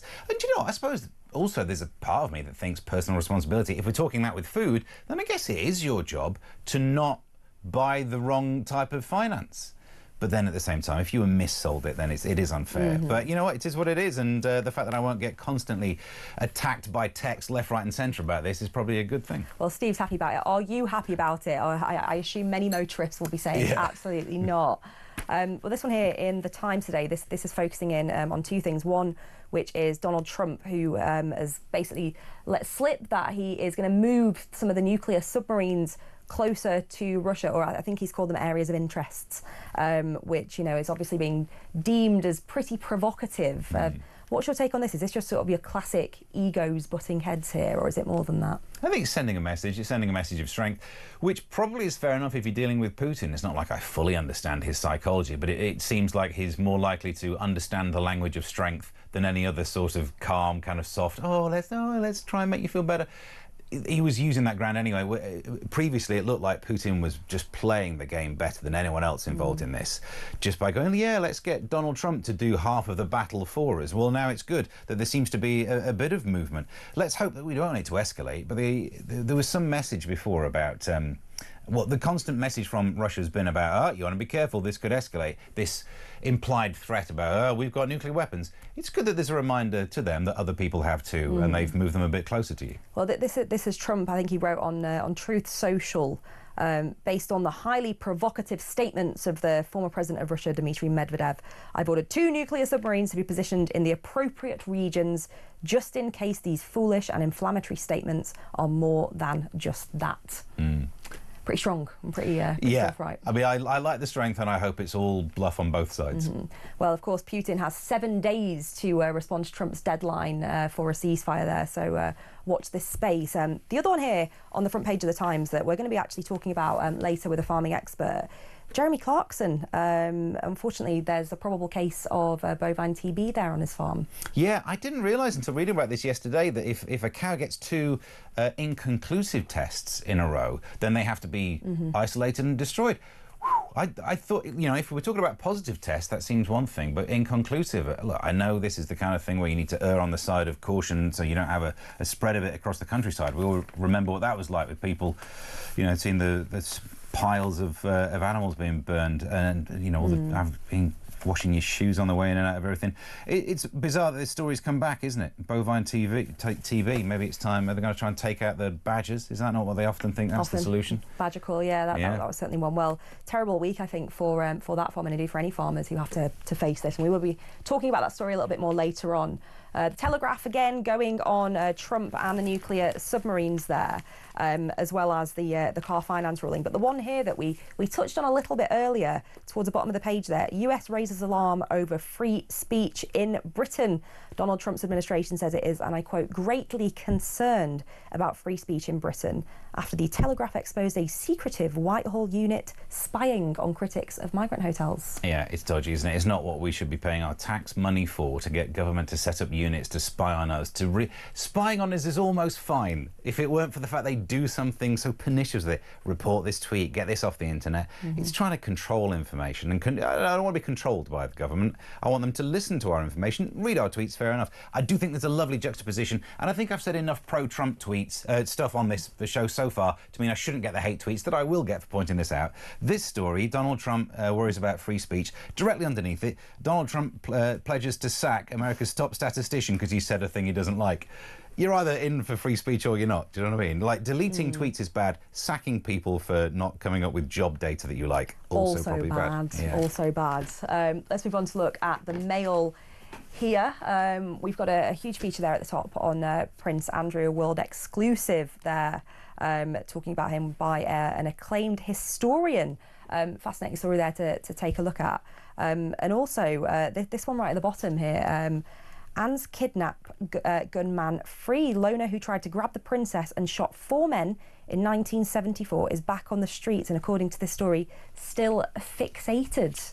Yeah, it's kind of worrying, isn't it? Very I mean, worrying. you know, it's surprising this story wasn't last year when we suddenly needed to empty out all the prisons to make some space. I'm amazed this wasn't one of them that was included in that. So, yeah, I mean, it is a worry. It's one of these stories where let's hope we don't read anything more about it ever again, because it's not going to go in a good direction. No, absolutely. Well, that's there, the full front page of the Daily Mail there on royal and royal adjacent stories. What else we got? We've got the Daily Express. What have we got in the Express today? Holiday hell as storm Floris hits the UK. Floris. Doesn't sound scary enough, does it? Not particularly scary. I do wonder, I mean, I know that they're alphabetical, but some of the names that are chosen for storms, Yes. don't bring in the right sense of dread. Well, there was something in the news that said that they've done surveys and people don't find storms named after women as threatening as storms named after men. Just some sort Have you ever been in an argument with a woman? Well, exactly. I know. Have these people never lived? You're kidding me. So I don't like the fact we named the storms. We nicked it from America. I have no idea why we do it. Some of the names for storms have been really difficult to pronounce as well. I don't want to be too, anti-Irish with this. But if it is a danger and you need to be able to shout out the name of the storm, I want one that I can shout out straight away without going, is that pronounced? The V sounds like an S. Do you know what I mean? You want to be able to go, Is that what you do? If a billboard is flying towards you or like a wheelie bin's wheeling its way down the street, do you shout out the name of the storm? Is that how you alert Storm people? Shearbarn. No, I got it wrong. Yeah. But of course, I mean, it's the Express. Of course they're talking about the weather. So there is a strong chance this won't turn into anything too bad. I don't want to do a Michael Fish on this and say, oh, definitely not. Yeah, nothing's got to happen. Well, winds of up to 85 miles per hour expected in the north and 45 in the south. 45 is about, but 85, that's the real wind, the real northern wind. So do take it easy out there if it is quite blustery. We've got the Eye here. What have we got in the Eye? Work until you're 70. 2/3 of Brits are expected to wait much longer for their state pension. Now, I'm 32 now. I can't imagine I'll even get a state pension at this point. No, not a chance. This has been coming down the tracks for so long. They'll keep moving it away. At least you're an age where at least you can think, I'll never retire. I'm of an age where I think, they've gone again. Just keeps being sort of the moved carrot on a just out of view. Yeah, the stick attached to my head, so I'm just keep chasing it. That's how they do it. But this story is saying that Brits expect to wait much longer. They've kind of made a story out of nothing. They've surveyed people and said, what do you guess about the future? And somehow that's the thing. But I think they're probably guessing it right. There is no way that we can still have retirement age when it is, because when it was brought in, 3 years under the life expectancy? If it had kept up with that, then if it had kept with that all the time, then maybe we'd be okay with it. But the fact that it just stayed where it was and we got this thing in our head, like you hit 60 or 65 and you're done, it became the wrong number. There's no way we can do this. But then you need the jobs around. Just as we're going to lose all of our jobs to AI, we're being told you need to keep working until you're nearly 70. I think one of the tougher things about that as well is if people do lose their job or move professions, it's actually really hard when you're later in life to secure employment anyway. Yeah, I mean, we need to look at that. That's just ageism, isn't it? That's this bias of the work-life balance. Think I need to get someone young so I can pay them less, force them to work crazy hours because they want to get ahead. And you don't have that presumption that you've reached a stage in life where you're more settled in how you do things. You're less controllable by your future employer. But also much calmer and probably easier to work with as well. And also extra knowledge, extra information. There is such a wealth of information that you could have by employing people who are slightly more, mature, brackets my age. And I'm sure I'll be looking for work soon. But yeah, look, there'll be some crunch point because we can't have a pension age that makes it all its way up into the 70s, but then no employment, because then you will have this de facto pension of unemployment benefits. Absolutely. Yeah. Let's look at the Mirror. Big news there on the top of the Mirror: free pint at your local pub. But that's not the actual headline. The headline is Prince Andrew's been told to testify in public. That is by the US lawyer Gloria Allred, who's been representing victims of Jeffrey Epstein, telling Prince Andrew that he has effectively a moral responsibility to go and testify. I mean, I can't imagine, as you alluded to earlier, Stephen, after the the terrible Newsnight interview that Andrew will be keen at all to say anything in public on this. No, the only way he'd say yes to this is if he partook of some of those free pints in your local. If he had a few of those, send him a few of these vouchers and he might change his mind. Yeah, there's absolutely no way. Not only is he keeping his head down, the royal firm wants him to keep his head down. So there'll be pressure not just from Andrew thinking, whoops, look what happened last time. There's no way the rest of the royals would let this happen, surely. No, I would be very, very surprised if that were the case. They paid a lot of good money to try and keep this quiet. Why would they then go and make some noise about it? Absolutely. And then we've got The Guardian here, who say, and I quote, staggering scale of NHS hidden waiting list crisis, saying that almost half of the 6 million people who are on an NHS waiting list have had no care at all since joining that waiting list. I mean, that's quite staggering, and conditions can get worse and worse and worse along that time. I mean, imagine so. If your condition doesn't get worse and it gets better, you shouldn't have been on a waiting list in the first place. So we are talking about, it's another way of conning the numbers, isn't it? That if you can get all of the problems in one area, you can make it look like, oh, waiting times are down for certain things. It seems ridiculous that now we've got an NHS system where you can barely get to it.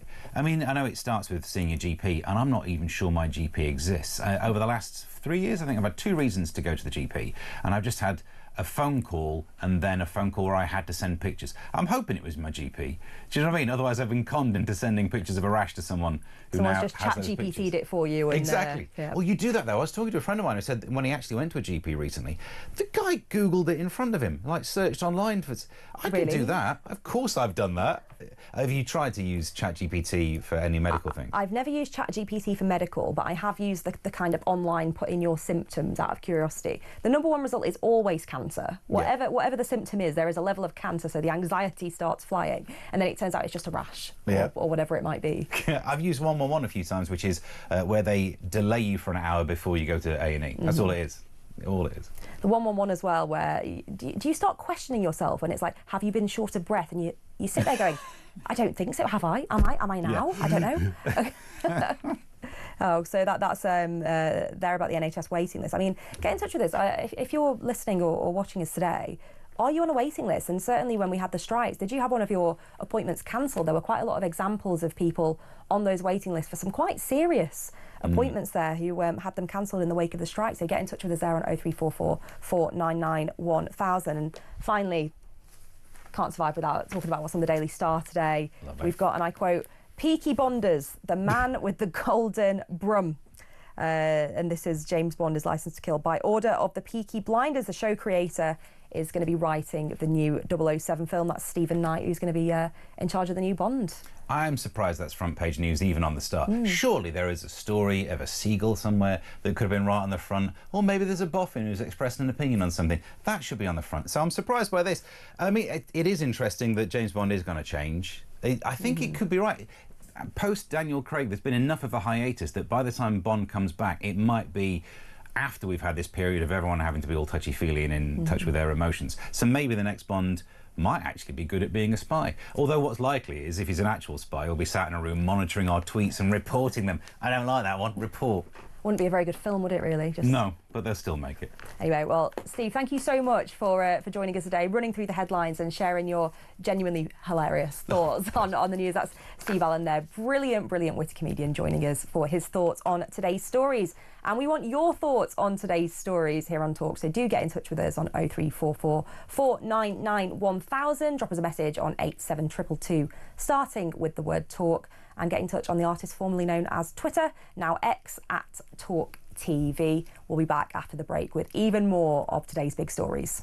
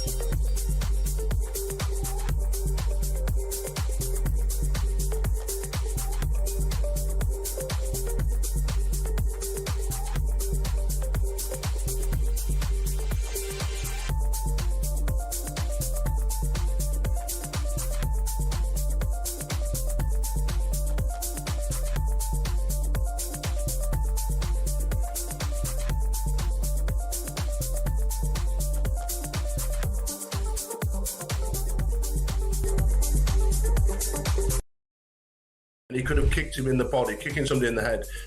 If I was a senior detective investigating that, I think the problem is you're handing victim cards to that person, from them becoming the in the heat villain. of the moment.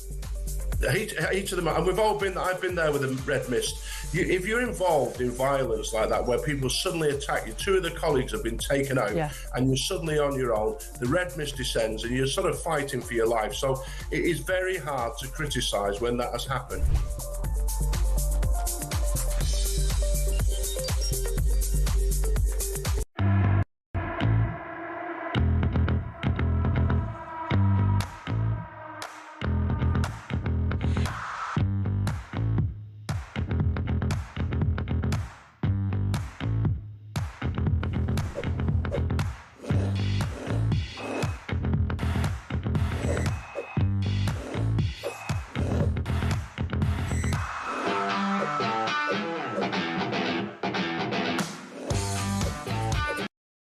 Across the UK, on DAB+, on your smart speaker, on your smart TV, and on your side.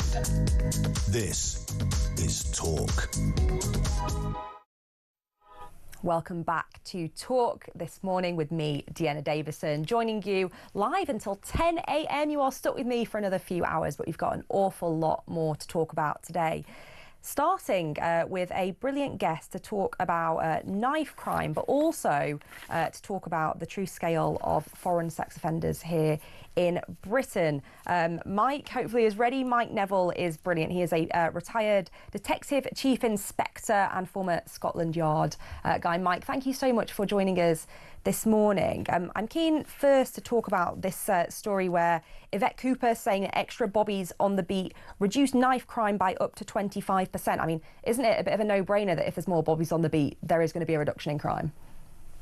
Well, I suppose it's what they do. You know, it's all right wandering round and in pairs and chit-chat. And if you're a very proactive officer and you're tasked to look at knife crime hotspots and you do lots of stop and search, you make arrests, then of course you'll make a difference. But in the past, officers have not been, well, they're still not supported by people from the mainstream parties. So, for example, Sadiq Khan, the Labour mayor in London, and Theresa May, when she was the Conservative Home Secretary and then later Prime Minister, they went out of their way to reduce stop and search because cynically they think there's votes in it. They think they get more votes from the black community because there's all these accusations of racism. But the trouble is that stop and search works. Unfortunately, many young black men are involved in knife crime, and our officers need to be supported. If they are supported and they do lots of stop and search, then it will reduce knife crime, and the winners will be, in London in particular, young black men who are usually the victims of these wicked crimes. So this is the Home Secretary in this particular story saying that it's specifically these core groups, dedicated task forces set out to reduce knife crime. And there are some areas where it looks like it's been quite a great success here. The West Midlands in particular seeing a 25% fall. Is there enough kind of training for officers on how to tackle this, Mike? What's the real problem? Again, you had under Theresa May, you had a loss of 20,000 officers, and what they lost is a lot of old sweats like me. And I was speaking to a just retired detective superintendent, and he said to me, what's really been lost is that experience. It takes a lot of a lot of experience to go up to somebody and say, right, I don't know who you are, I believe you're carrying a knife for these reasons, and I'm going to turn out your pockets. That takes some presence and front to do that, and a lot of that experience has been lost. Now, there are different demographics in Birmingham to Manchester as far as the knife crime goes, and that may have some impact. And in Manchester, there's actually been an increase in knife crime, about 4%. So these there's Dan lies and statistics, and you can work out why has it gone up in Manchester, it's gone really down in Birmingham, and there's a bit of change in London. Whatever it is, there are some very basic things we can do here. So one is the support of officers and stop and search. Then there's the courts.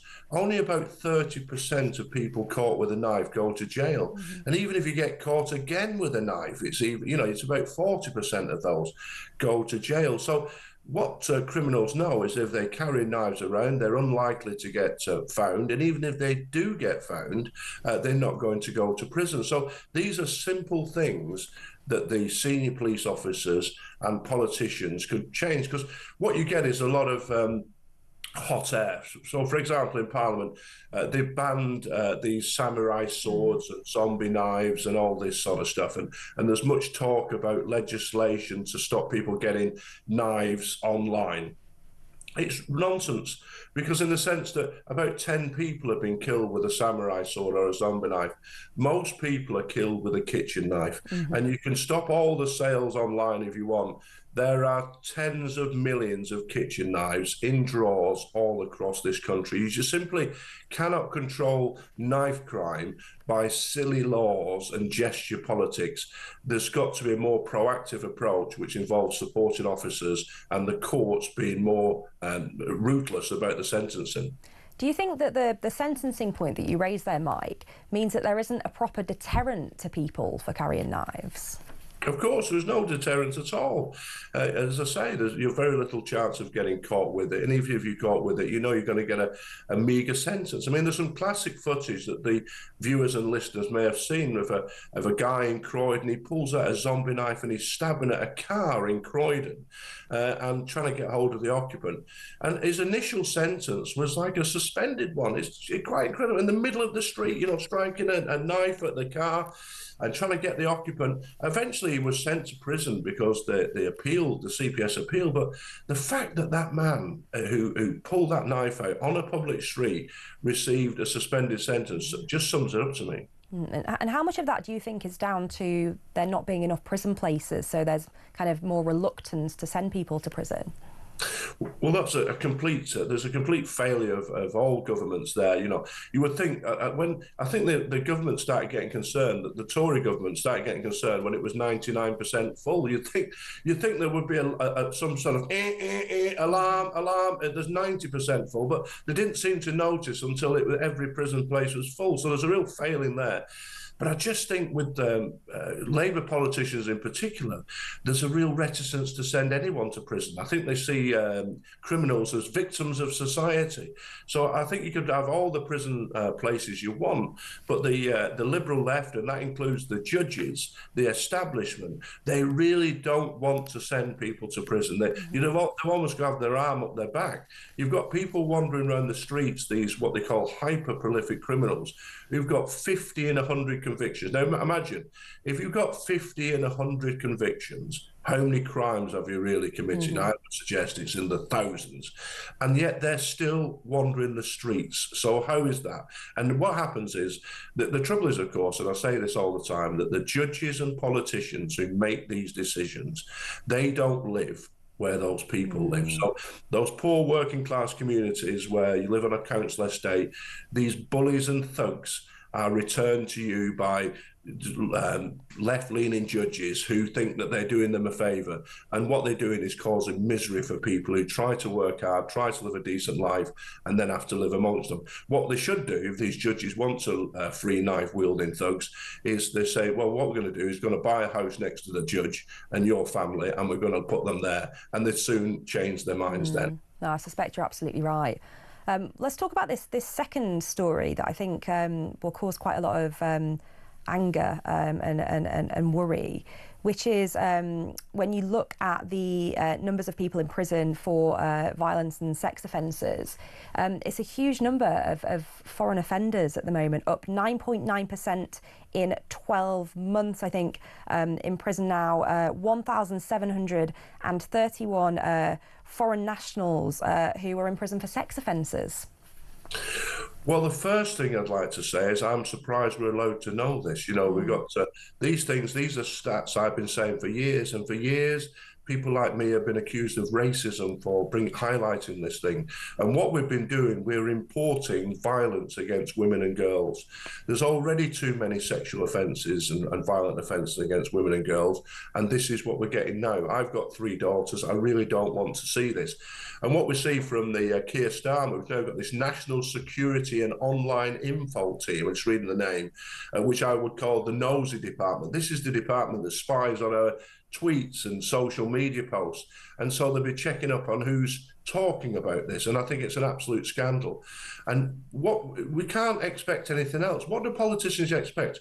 If you allow young men of fighting age to enter this nation who we know nothing about, who come from countries where women and girls are covered up, you can never see any of their bodies, and their attitude to them is that they're third-class citizens, what do you expect? It's hardly a surprise that the number of sex offences has increased. And of course, the prime example of this is the protests in Epping in Essex, where one of the asylum seekers has been charged with sexual offences, and it's not the first.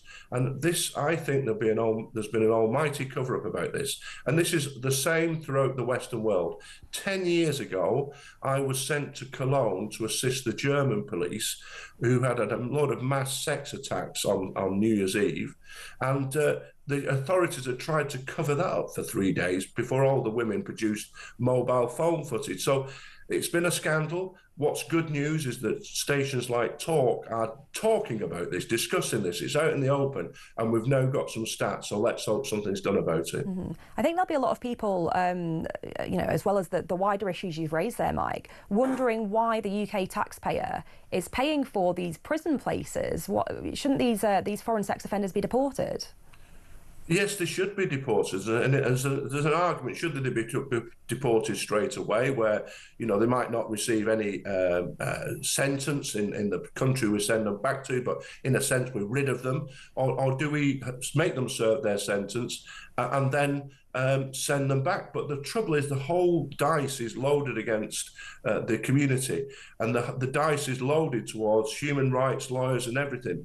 So you have these ridiculous excuses that people can't be deported because the children don't like chicken nuggets, or they've had the beard shaved off, or they now identify as a woman. And these people can be easily coached in these arguments. And you only have to look at the people who are responsible for the decisions about deportations. They are the people in charge of the immigration appeals are often, bizarrely, the judges that is formerly a left-wing, or still a left-wing immigration lawyer. So they're always going to decide on the side of the person who wants to stay here. It is quite crazy. But what we have now is we have a tinderbox situation where finally the public has seen through the lies, and they can see what's happening and the ridiculousness of this. And they simply want the authorities to get rid of these people. We don't want bad people in our country. We've got enough of our own bad people without importing more. Mm-hmm.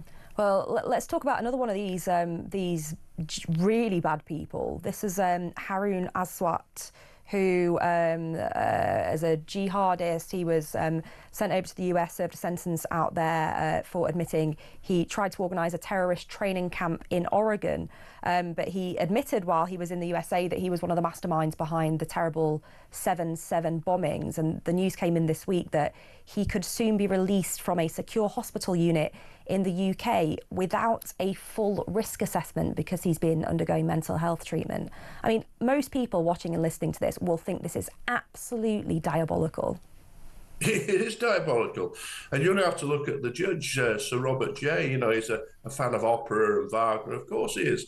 And he knows that when this character, this Aswat character, is released to Batley, Judge J doesn't live anywhere near a post-industrial northern town, which is a bit run down. He'll live in some leafy suburb of Islington or something.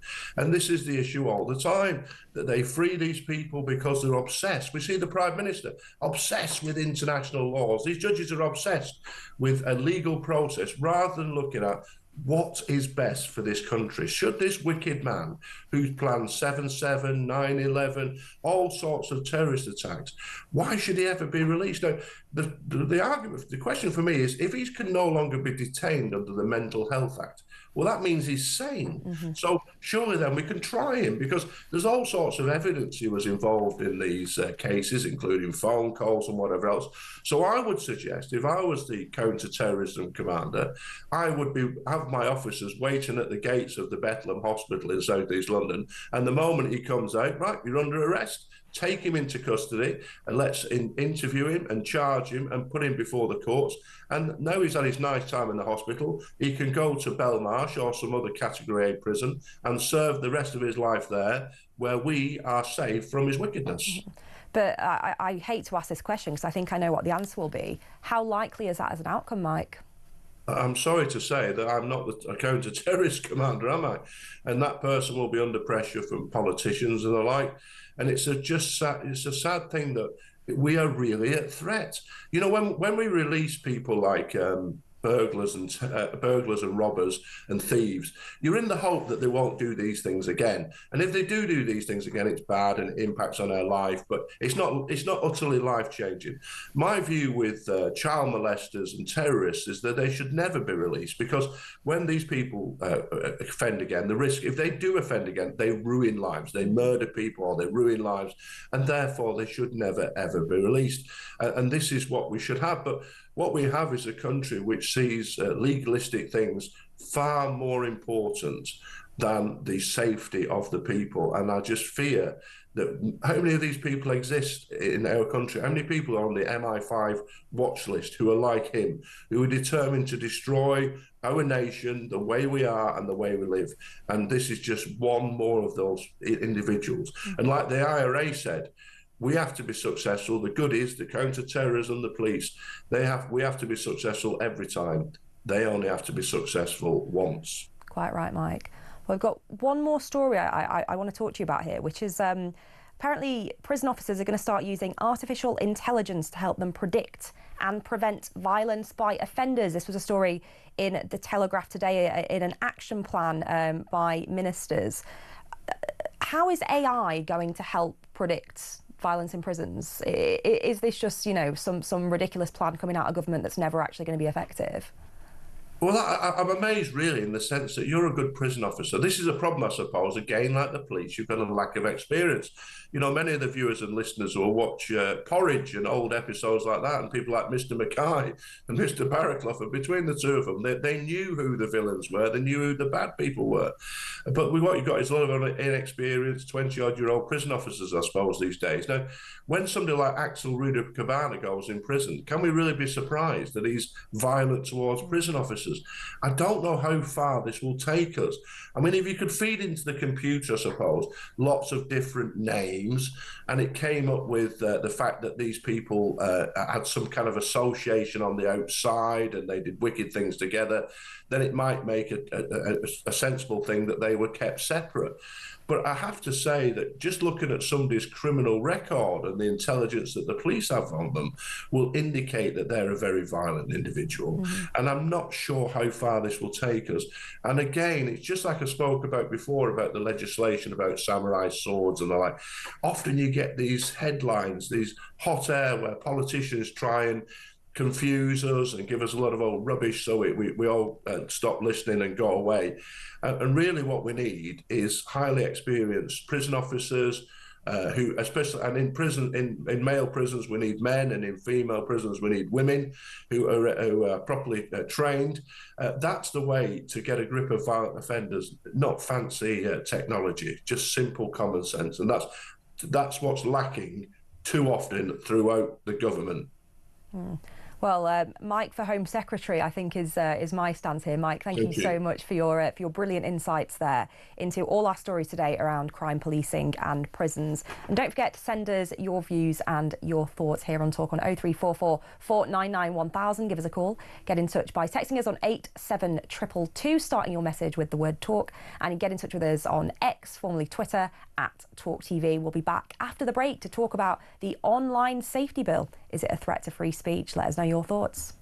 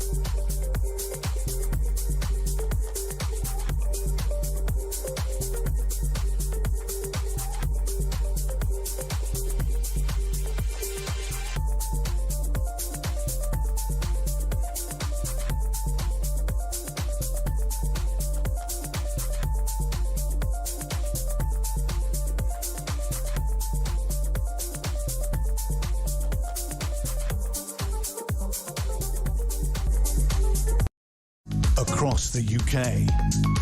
On DAB+, on your smart speaker, on your smart TV, and on your side. This is Talk. Good morning and welcome back to Talk. This morning with me, Dehenna Davison, here to cover all of the stories from this week. And believe me, there have been an awful lot. But we're going to get right into our next story, which is about the government's new Online Safety Act, which, as well as the government's aim of protecting young people from dangerous and explicit content, has also been stopping people from accessing their Spotify accounts. So we're going to talk now to Amy Gallagher, who is a brilliant commentator and representing the New Culture Forum about this one today. Amy, I mean, restricting Spotify inadvertently, I don't think was the point of this bill, was it? Yeah, I think this really exemplifies how vague this legislation is and how it is causing, social media accounts and websites like Spotify to err on the side of caution. Because, of course, I mean, most people would agree that extreme pornography or extreme violence shouldn't be easily accessible to children.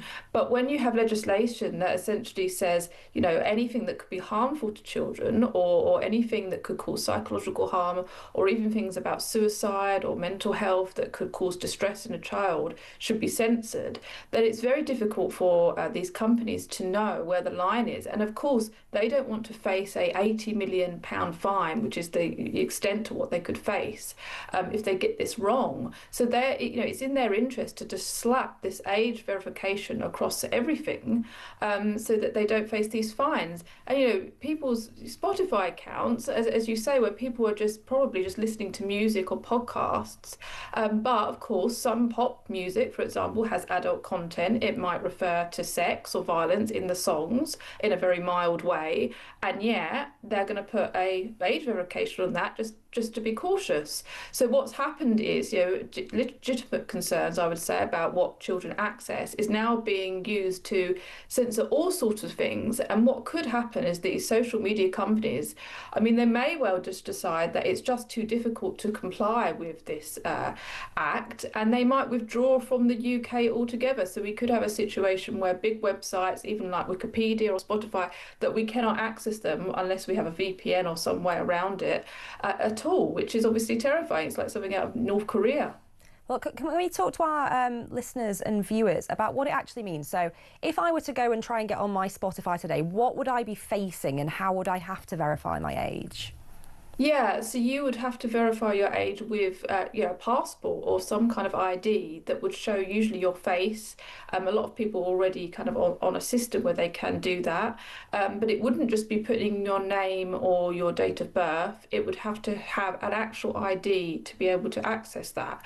And a lot of people are very nervous about doing that, understandably. Look, if you think in the last couple of weeks, we've had one of the biggest data breaches in political history. That's, of course, the Afghan migrant scandal, where their data was potentially passed on to the Taliban. A lot of people are thinking, well, I don't want, what I'm looking at to be monitored or to be known by government. I don't want my ID or my face or my name. People, for example, can't use a fake name or a fake date of birth. They have to use their actual one. And they're thinking, well, I don't want people to know what I'm looking at. It's private. I don't have to justify it.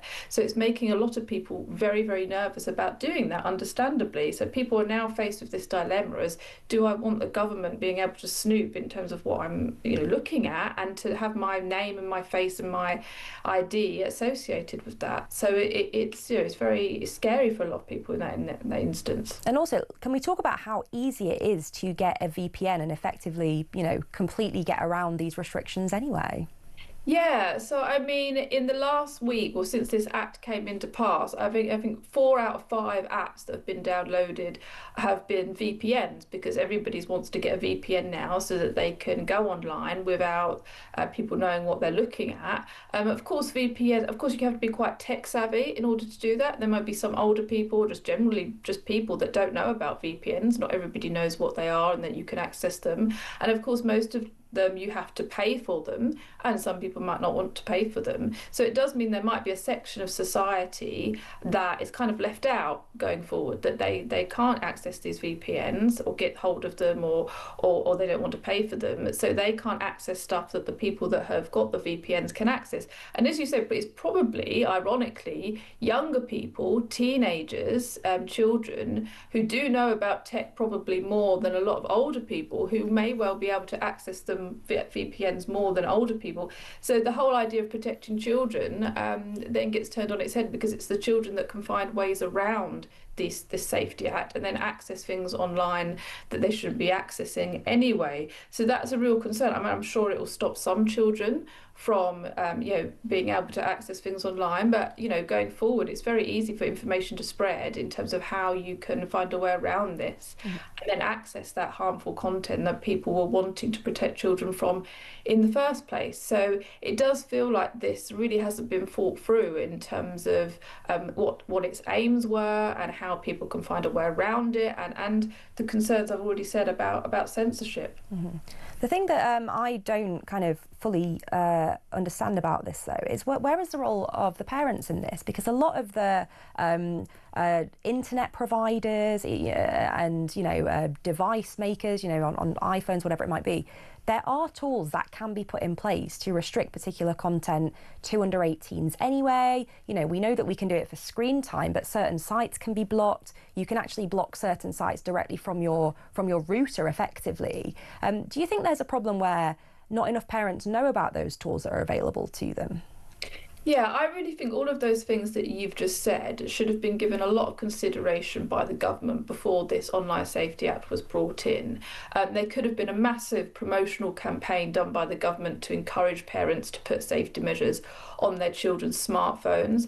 A lot of people in senior positions, a lot of MPs, for example, like former MP Miriam Cates, have spoken about banning smartphones for children. You can easily give a child what's known as a brick phone or a pre-smartphone, where you can't access the internet, but you can send text and call people. There's lots of ways, lots of creative ways that you can think of to stop children from accessing harmful content, as opposed to this massive kind of censorship that we're now undergoing. I mean, parents can, schools as well, schools and parents can work together to prevent children from using smartphones or accessing certain content. As you say, there's lots of measures, parental safety measures that you can put onto a smartphone. But instead, let's restrict everyone. Let's restrict every adult from accessing the Spotify account that they pay for, right? It's absolute there's madness. now a default assumption, basically, if you use the internet, that you are a child. So you have to prove that you're not a child. And if you think about things like violence, I mean, we've seen, for example, in the last couple of weeks that tweets or posts about historical events like the Crusades or the Roman Empire or Richard the Braveheart have been censored because they're violent. So the interpretation of what violent is and how that could harm a child is so vague that we're now having history censored, in the name of safety. Whereas you said, there's lots of ways around this where parents and schools and the society in general could work together to protect children, that doesn't involve censoring everything. Well, hopefully, as more of this madness is uncovered, there will be some changes to this act. But Amy, thank you so much for joining us there. Amy Gallagher, commentator and from the New Culture Forum. Thrown to a break now, and up next we are going to be talking to a counsellor from Epping about the protests that have emerged there outside the recent migrant centres. Get in touch with us 03444991000 or text us on 87222, starting your message with the word talk.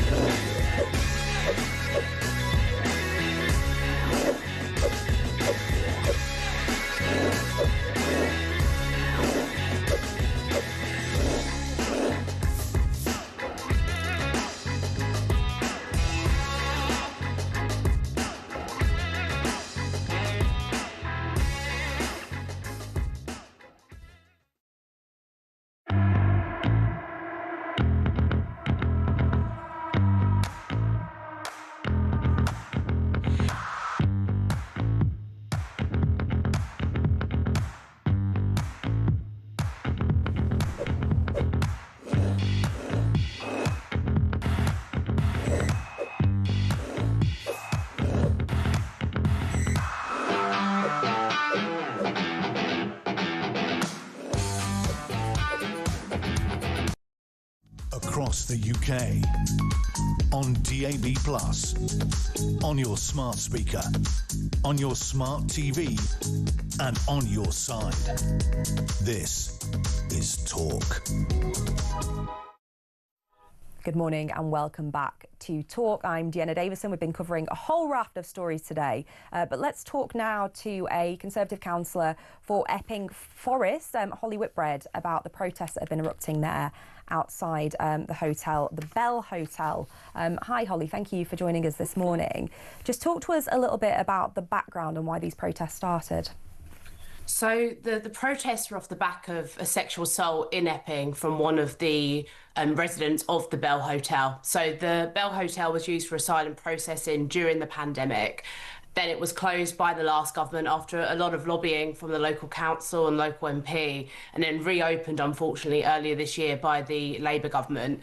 The difference being this time it was all male asylum seekers. The hotel is very close to a local school, just on the kind of edge of the high street, very close to the forest as well. So quite rightly, there were very legitimate local concerns, and the council put in very, very strong objections. But since it reopened, we've actually had two incidents, the sexual assault, which really kicked off the recent protests, but also just a month or so ago, an arson attack as well. And I think what makes Epping Forest quite unique and why the council have been so strong in calling for the immediate closure, even before the recent incidents, is the fact we've actually got two asylum seekers within asylum hotels, just within a couple of miles of each other. So we really do feel like we're getting an unfair share of the burden of the illegal immigration crisis. And can we talk about the conversations that have been happening between the council and the Home Office? Have they been at all responsive in government? No, not at all. I mean, the Home Office keep repeating back the line that all hotels will be closed by the end of this Parliament, but obviously 4 years is a long time and it's just not good enough, particularly in light of recent incidents. The Home Office just told us that this was open and there was no consultation. They didn't listen to any of our concerns or objections. And even in recent weeks, we've had a motion to full council, which I proposed, and unanimously passed. That's from all political parties. They still ignored us. The leader of the council, the local MPs, the Police and Crime Commissioner have asked for a meeting with the Home Secretary. Their letters have still been ignored. And we're getting about up to a month now since we've really been putting on this additional pressure, as well as our long-standing objections. And we feel like we're just being completely ignored as a community. And I've heard the community plans to keep going and keep protesting until this hotel is closed down. Yeah, I believe that's the case. I mean, I haven't personally got involved in any of the protests. Whilst I support peaceful protests and I support the legitimate concerns of local people, I think there has been a fear from, I mean, I've lived in Epping my whole life and you never thought you'd see protests and riot police on the streets of Epping. So there is a fear from a lot of ordinary people in Epping that while they want the hotels to close, they don't necessarily like the violence and the noise that comes with the protests. Luckily, the recent protests, the last two, have been pretty modest and pretty well controlled and well managed. So hopefully they will continue in that way. I was about to ask as well, have there been counter protests in Epping? There have, which actually caused a lot of the problems with the first protest. So Epping's on the end of the Central Line, so on the tube. So we had people essentially coming in from London, almost like protest tourism on the left, and they caused a lot of the trouble the last time, really kind of antagonising a lot of the local people, but a lot of the people who were protesting against the hotel. So there has been that, which has really stirred up tensions. If you could send one message now live on air to the government, not just about Epping, but more broadly about the situation with use of hotels, what would it be? They need to get a grip. I mean, when they won the election, they said they were going to work to close the hotels, smash the gangs, stop the boats, but the promises have been empty. I realise it's a difficult situation and there are no miracle solutions, but they can't dump their problems on communities across the country. They need to find a solution to the illegal immigration crisis moving forward so that communities like mine in Epping can continue to get on with their ordinary lives. Mm-hmm. And do you think that communities should effectively get a veto, particularly, as you say, when elected representatives like yourselves have passed this unanimous motion? I think so. You need to be able to listen to locally elected and local people. The concerns we were given aren't about NIMBYism. They're about real, genuine concerns about the location, the nature of people within the hotel being an all-male hotel. So it's really important that the government do listen to genuine local concerns. These haven't just come from the council, they've come from the police, different authorities. So the Home Office really need to take notice. They can't just ignore what is going on. I mean, sadly, we've become kind of the epicentre of national debate around asylum in Epping. But actually, it's also not safe for the people within the hotel. And it's frankly quite reckless of the Home Office just to continue in this way. Mm-hmm. Well, Holly Whitbread there, thank you for joining us and sharing your insights from Epping. But of course, we are seeing protests spreading around the country as more and more communities feel a level of frustration about the locations of asylum hotels. Well, do get in touch with us and let us know your thoughts. We have had some messages coming in on some of our other stories this morning. Neil says, good morning, Dehenna. I agree with Mike. That's Mike Neville, who we spoke to about crime stories on most things, except Starmer would love to imprison people, anyone who disagrees with his worldview. And then another saying this government's planning to let 16-year-olds vote. These same 16-year-olds will not be allowed to use a variety of websites until they're 18. I call this a mess. Plenty more of your views coming in, and we do want to hear from you. Loads more to talk about in the next 2 hours, but we want your say. So get in touch on 0344 499 1000. Text us on 87222, starting your message with the word talk. And you can get in touch with us on X, formerly Twitter, at talkTV. After the break, we're going to be covering an awful lot more stories. We will be coming back to the protests. We're going to be talking about NHS passes given to asylum seekers and generally rises in immigration. So keep with us. We've got some great guests coming up between the hours of 8 and 10. And you're stuck with me for another 2 hours too. So come back after the break here on Talk.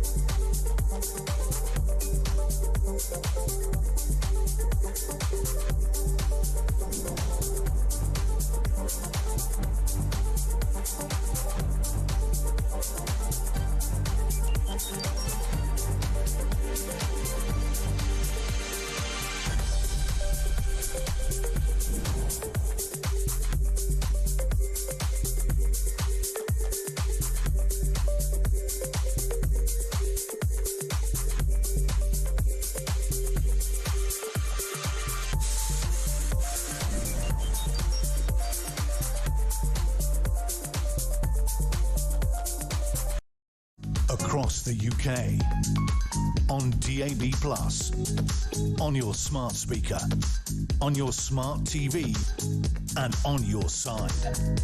This is Talk.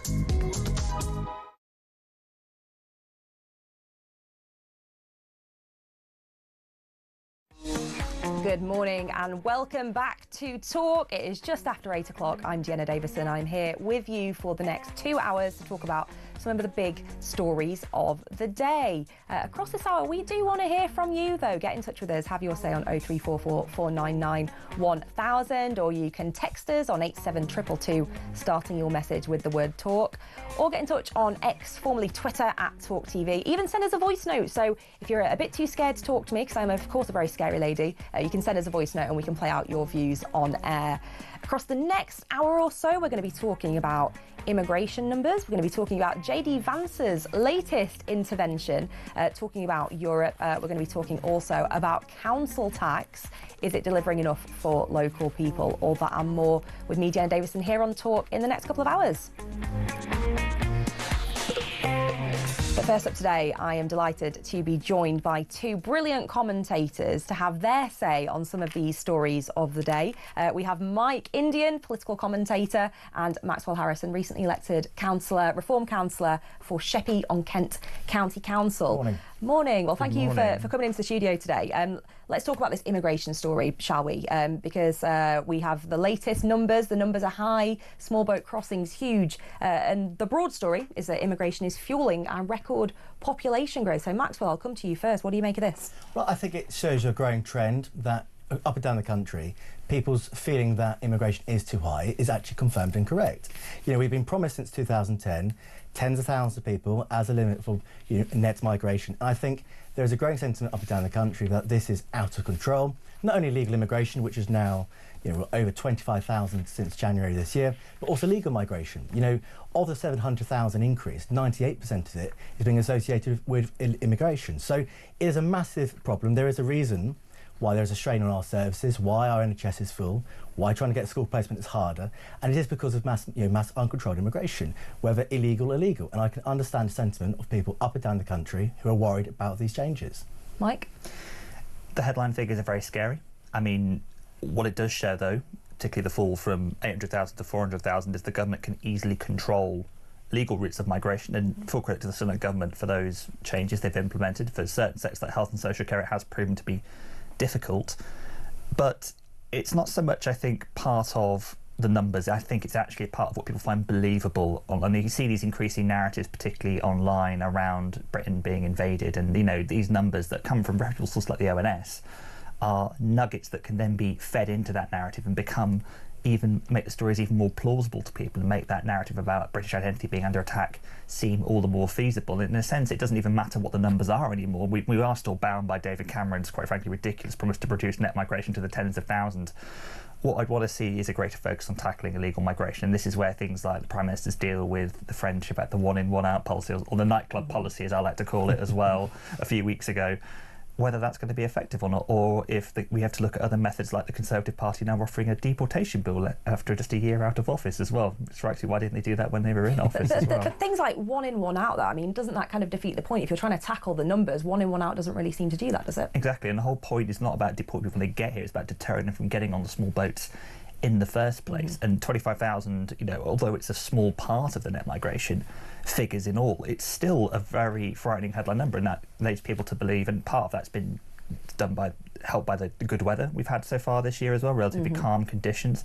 I mean, Maxwell's a county councillor in Kent, and for his constituents this will be a very pressing issue. It's very easy to sit here in a London studio and say, it's migration's not an issue, but it clearly is for a lot of people, and it would be wrong to sneer at that as well, particularly when demographic shift is happening, and this is part of a trend around Western nations as well, and I think we're going to come on to talk about how certain allies are reacting to that.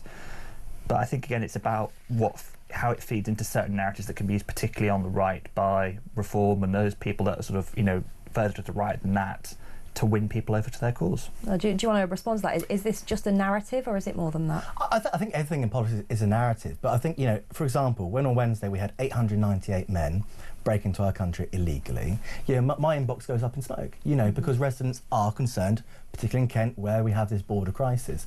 They are terrified. And I'm not trying to use words like that to scare people. That's the words they're getting to me. They're terrified about the safety, what it means, the fact that, you know, veterans on our streets, you know, no, sure, in a couple thousand, but, you know, we are happy to pay £4 billion a year on hotels for people who may or may not have the right to remain here, which is outrageous. And, you know, there is a growing feeling out there that people want to see bigger, tougher action on this. You know, you're right, the Conservatives are now bringing forward this deportation bill. They had 14 years to do it. Granted, you know, these crossings have risen 51% since, you know, Tories were in charge. But I think for let's say the Union Party, the Labour Party and the Conservative Party, their inaction is the reason why reform is doing so well. It's the reason why up and down the country, immigration is now a massive, massive talking point. And I think if this situation isn't resolved in the next 3 years, I think it's going to get worse. I think things like we've seen at Epping are only going to get worse and worse. I'm not saying that out of delight. You know, I'm deeply concerned about civil disobedience. I mean, there's no delight in your voice at all. No, it's not. No. You know, so it is quite frightening. And if we don't handle this issue properly,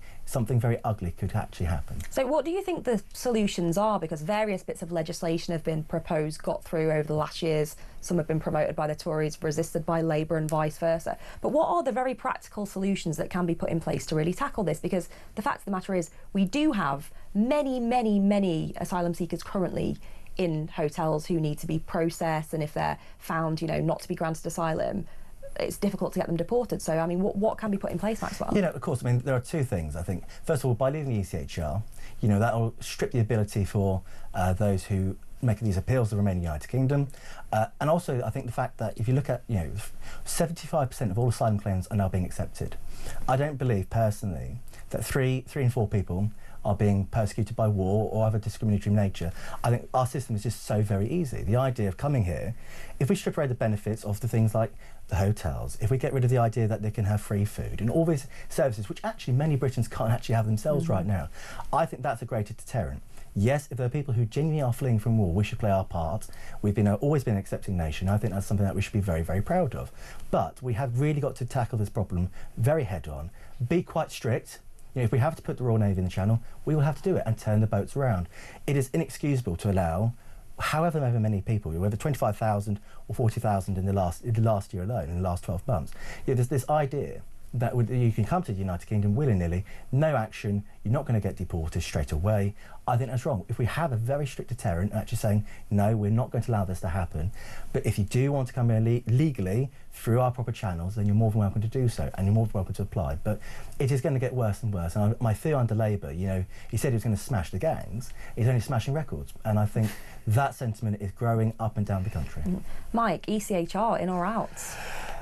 I think leaving the ECHR would have very little impact on our migration, because I think actually, and unusually I'm going to agree with Kemi Badenoch on something for this, the pull factors as well that come here, the language, the rule of law, the benefit entitlement, the NHS are all very strong compelling elements why people choose to come to the UK as well.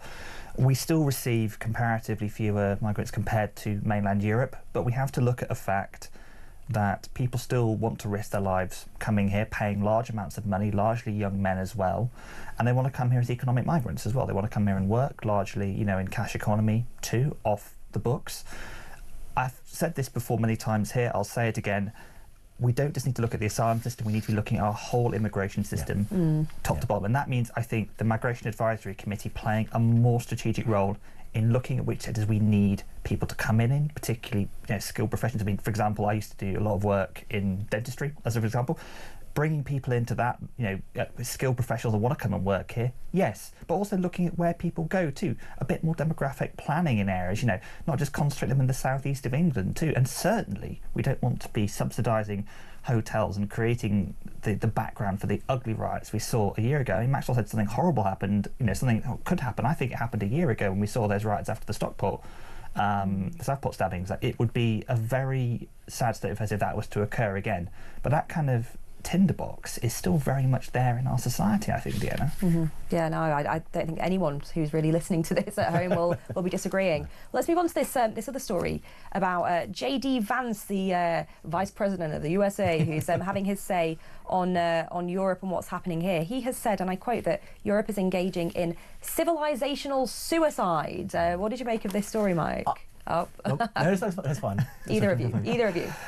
It's nice to see, if you're a first-year politics student, you learn about Francis Fukuyama and Samuel Huntington. So it's nice to see that, the clash of civilization narrative again being trotted out. I love J.D. Vance coming to Europe and warning about immigration when he's spending his summer in the Cotswolds alongside Ellen DeGeneres and a good chunk of the other American elite, let alone Donald Trump spending time on a golf course as well. But I think it highlights, we're seeing this week clear divergences between the UK and the US and other Western nations, not just over Gaza, but other issues as well. Was that always bound to happen, though, with a Labour government and a Republican in the presidency? I don't think so, because I think, we mustn't forget that a lot of actually the civilizational threat comes from the differential values that this Republican administration holds, the more isolationist foreign policy in particular, which, you can't be the world's biggest military superpower and not have that bearing. I mean, the sceptical attitude to NATO driving up defence budgets. I mean, 10 years from now, even if national governments took no action, Donald Trump will have had a significant impact on the health and welfare policies and social spending of every country in Europe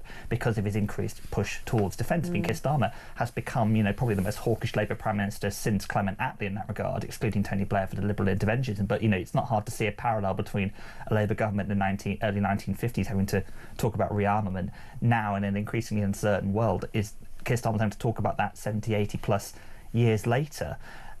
I do think it's interesting to see. I don't think that the advice that the president gave Keir Starmer at Turnberry Golf Course was wrong about tackling the votes, lowering taxes, but it's a question of which sections of the vote is trying to appeal to. And of course, we must remember this is still a US administration that in its first term was putting people in cages as migration. And there's a difference between processing people, as Maxwell said, in a humane, balanced way, in a clean, modern, furnished asylum centre, and then sending them back, if that's what we want to do, versus what the Trump administration did in its first term, which is effectively treating them like animals. Well, I'm intrigued, Maxwell, by this notion coming out of the US that Europe, the UK, were becoming a bit of a basket case in their eyes. Do you think that's really true, or do you think it's just rhetoric? I think it's very interesting. You've got the British style of politics under Starmer, which is not boring, but it's not electric. And then, of course, you've got Trump and his brash brand. Is he right to say that since 2015, when Angela Merkel opened up the doors to Germany to 1.5 million refugees, that it has, not only politically, but in some sense of community, destabilised Europe? Yes, he's right to put that sort of sentiment forward. Is it suicide? I wouldn't go that far. No. I think that is in itself too strong. I think that's American politics versus the British politics. But is he right to say that European nations are failing, completely and utterly failing, when it comes to not only legal but illegal immigration? Yes. I mean, since 2015, 5 million asylum grants have been given to refugees in the whole of the European Union. That's a very, very big number. And you look at now the behaviour and trends in some places, like in Paris, where we have got no-go zones because of, let's say, a lack of integration and assimilation into society from those from different nations. I think he's right to point that out, that actually there is an element of societal decline that's coming from mass, uncontrolled, illegal immigration. But to say it's suicide, I think is wrong. I think that is harsh. But is he right that actually our finger needs to be put on the pulse, and that is he right to say that if Keir Starmer does not stop this issue, that Nigel Farage will be walking into number 10? Absolutely. I mean, we're seeing in the US some quite drastic cases of kind of ICE grabbing people off their own driveways who claim that they have kind of legitimate either citizenship or visas and right to be in the US. I mean, is that the sort of thing you'd favour? I'm not saying the ICE approach, but a slightly more robust approach to illegal immigration here in the UK. Absolutely. I mean, if we're not seen to be taking this issue seriously, then of course these people, and I argue majority men, continue trying to come here. If you are genuinely fleeing persecution or war, then there are proper channels, and there are proper legal channels. We see it, and we should be having offshore processing centres to ensure that it's done in a fair and humane way. Do I want to see massive raids up and down this country trying to tackle the 1.1 estimated million people? Although that might be very nice for some people, politically, I think it's impossible. We don't know where these people are. We don't know where they are in the country. So I think, a fresh new policy and approach going forward, with a government that's actually determined and has the political will to handle the situation. Yes, I think we've got to start from now going onwards. I think if you look at the past, look what's gone on, we will achieve nothing.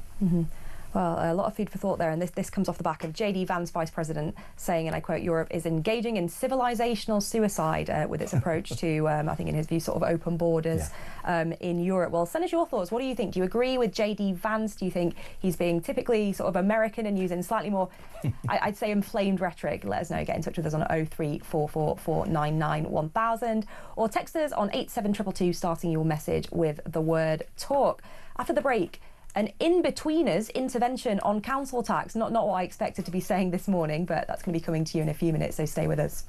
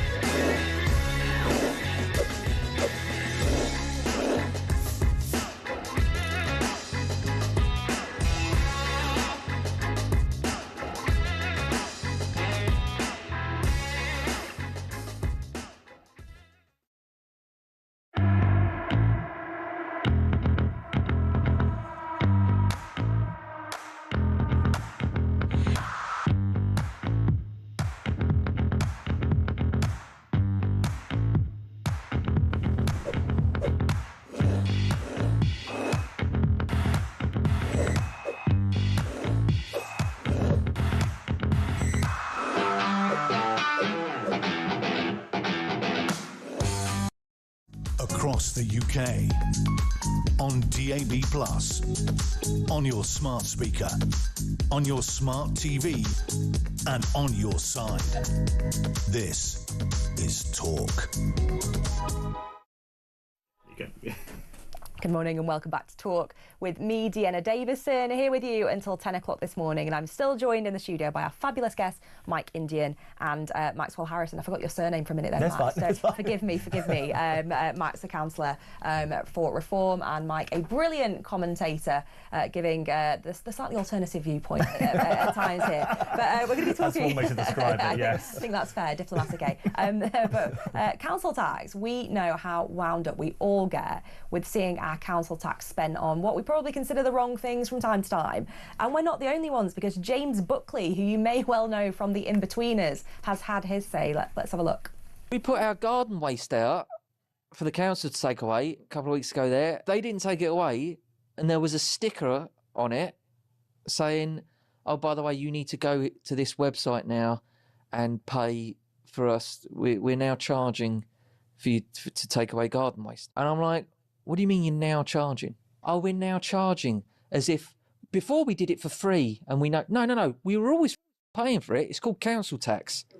What's next? What are you going to do next? You're still going to charge. So has my council tax come down? No, is the answer to that question. Has it gone up? Yes, is the answer to that question. Why are you taking more money off of me and doing less? Yes, I mean, I absolutely cannot disagree with that sentiment, and I saw you both sort of grinning and smiling along. I think there is a point here, isn't it, where council tax does seem to be going up year on year on year, and yet the normal day-to-day services, Max, are not being delivered. And tell us why. Is it all because of social care, or is it more than that? I think social care has a massive element in it. I mean, if you take Kent County Council, for example, 17% of our budget is actually on adult social care. Is that 70? 70%. Wow. It is a massive proportion of our £2.5 billion budget. And, you know, I welcome, you know, Jay from in between. Who would have thought that being British politics in 2025? You know, it is very, very difficult. And, you know, speaking as a county councillor, the finances are tight.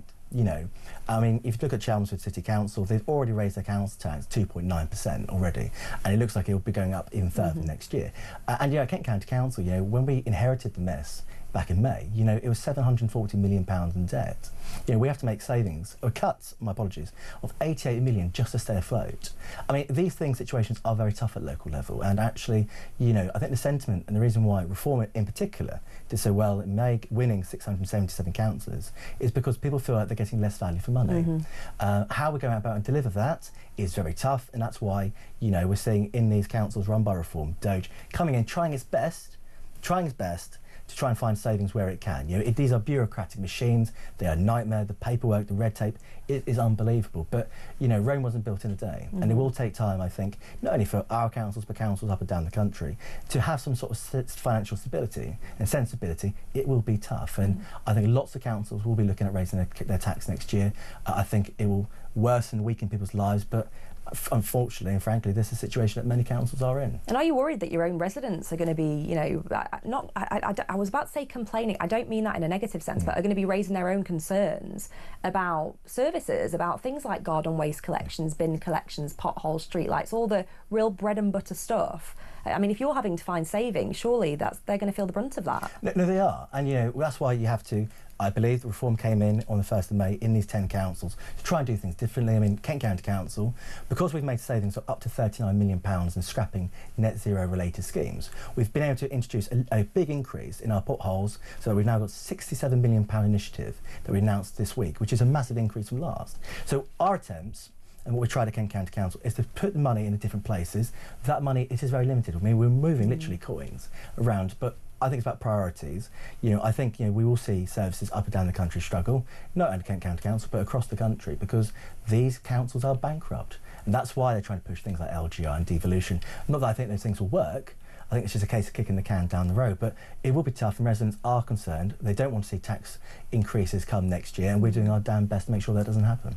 Mike, I mean, council tax is going up pretty much everywhere at the moment, but people are not feeling the benefit of it in their local communities. It's not, and I think, you know, local government spending has never been under greater scrutiny. I mean, you know, I come from part of London where, you know, there's still lots of fly tipping in the street, you know, and council tax itself, as we all know, is a deeply regressive levy. It's something where the poorest people actually pay less than the richest people as well. But even then, even if we were to introduce more progressive taxation in that regard and do an overdue reform of the property rate system, relying on councils to raise all their money locally would create further disparities in areas, because obviously, you know, different areas like Westminster, you know, get more money from business rates than, to say, I don't know, where you used to be in Bishop Auckland, Dehenna, as well. This all comes down to the fact that now successive governments have underinvested in local government services, and part of this goes back to social care reform too, and where that chooses to sit. And, you know, you just have to look at the imbalance between the NHS getting £30 billion a year and then West Street and say, well, social care's getting an extra £4 billion. But that's £4 billion a year across all these local authorities in England at a time when we have an ageing population and councils need to do more.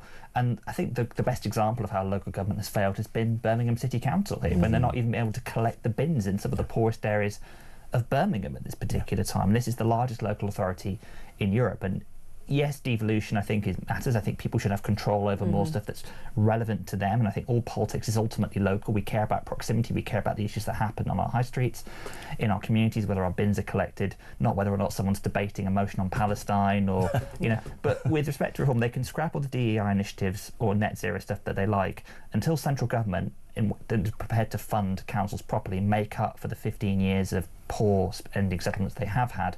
We will continue to see this, and we will continue to see a greater disparity between a reliance on shrinking revenue locally and people's pockets being squeezed, and those areas that still have those areas that can call on alternative sources of revenue, like Westminster Council of Business rates, for example. I mean, is it time to pull social care out of local government funding? Because I think a lot of people are actually surprised that their council tax is going on social care. They assume that's done sort of separately, essentially from like a health budget and not directly by councils. When they created the NHS reorganisation for the second or third time in 15 years, the idea was local government and health boards would sit together on this as well. There needs to be more cross-funding between the NHS and social care budgets as well. And the problem is we are treating too many people in hospitals at the moment. Too many people. When I was working at Bupa, for example, 20% of the budget we got from social care came from the NHS, which was mad if you think about it as well. You know, that was on top of the local government grants too. So there is already some degree of that. But people need to be able to. The people that don't need to be in hospital need to be able to be cared for in their own home. And I've members of my family that have conditions that when they've left hospital they've needed care in the home, and it has to be provided by family members, and it should be provided by social care in that part, because why on earth are we paying some of the highest levels of tax we've ever paid if we are not getting public services that are worth it? That's a basic compact with the people. People don't mind high taxes if the public services are good in general, and that is not what we're seeing. Let's talk about the latest polls. You're obviously a huge advocate for reform, and still ahead, 30% on the latest poll that came out yesterday. But Labour now snapping on your heels. I think they were on 24, they're now on 27. Somehow they're making up ground. Just to run through, Conservatives on 19%, Lib Dems on 12%, Greens on 7%, and the SNP on 2%. No mention there, of course, of Corbyn's new party. So, I mean, are you concerned they're catching up with you? No, it's an outlier poll. If you take the polls from last week, where that's found out more, you know, I mean, we're on 34% and Labour is in the mid-20s. I think it's a little bit of an outlier. I haven't seen any dramatic change in policy, you know, which would have inspired people to put their trust back into Starmer. The boat situation is getting worse. This Online Safety Act is actually doing a lot of damage for them politically up and down the country. And so I don't think it's a serious problem. You know, I think, again, when your party or Jezbollah, or whatever they're going to call it, actually do come up with a name, I think that will present a really credible threat to Labour. You know, I think you know, Plumsky's going to win in the Green Party leadership. I think that, and that will actually inspire a lot of people to go to the Greens.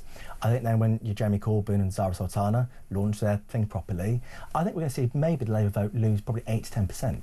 And then it's up for the Conservatives to see if they're up for the challenge. But of course, our view is that reform, that many of the Conservatives are not actually Conservative in nature. A lot of them are Liberal Democrats in disguise. And I think that's the reason why people are, not only is Kemi's leadership probably not as striking and not getting into the debate as much as it probably should be, but, you know, I think the brand is broken for the Tories. Labour, have they really done anything to merit 3 points in the rise? No, they haven't. So I'm not worried at all. I think Nigel will get into number 10. I think we will get a majority.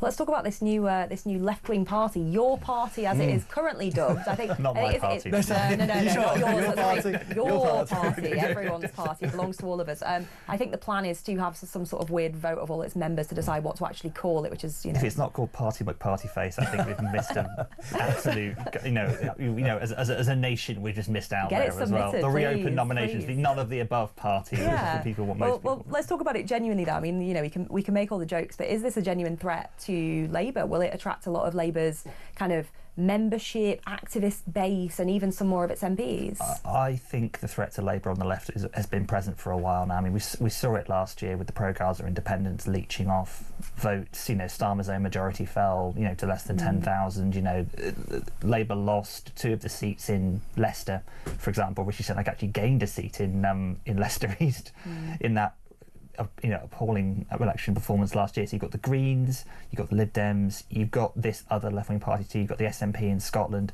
So there are more left-wing parties just general to making ground and having credibility. I do think that a lot of people who were probably inclined to be Labour members under Corbyn and don't want to serve have probably left the party already. We've seen Labour's membership figures fall by at least 100,000 in that regard. Still very healthy membership, but still 100,000 less than when Jeremy Corbyn was leader.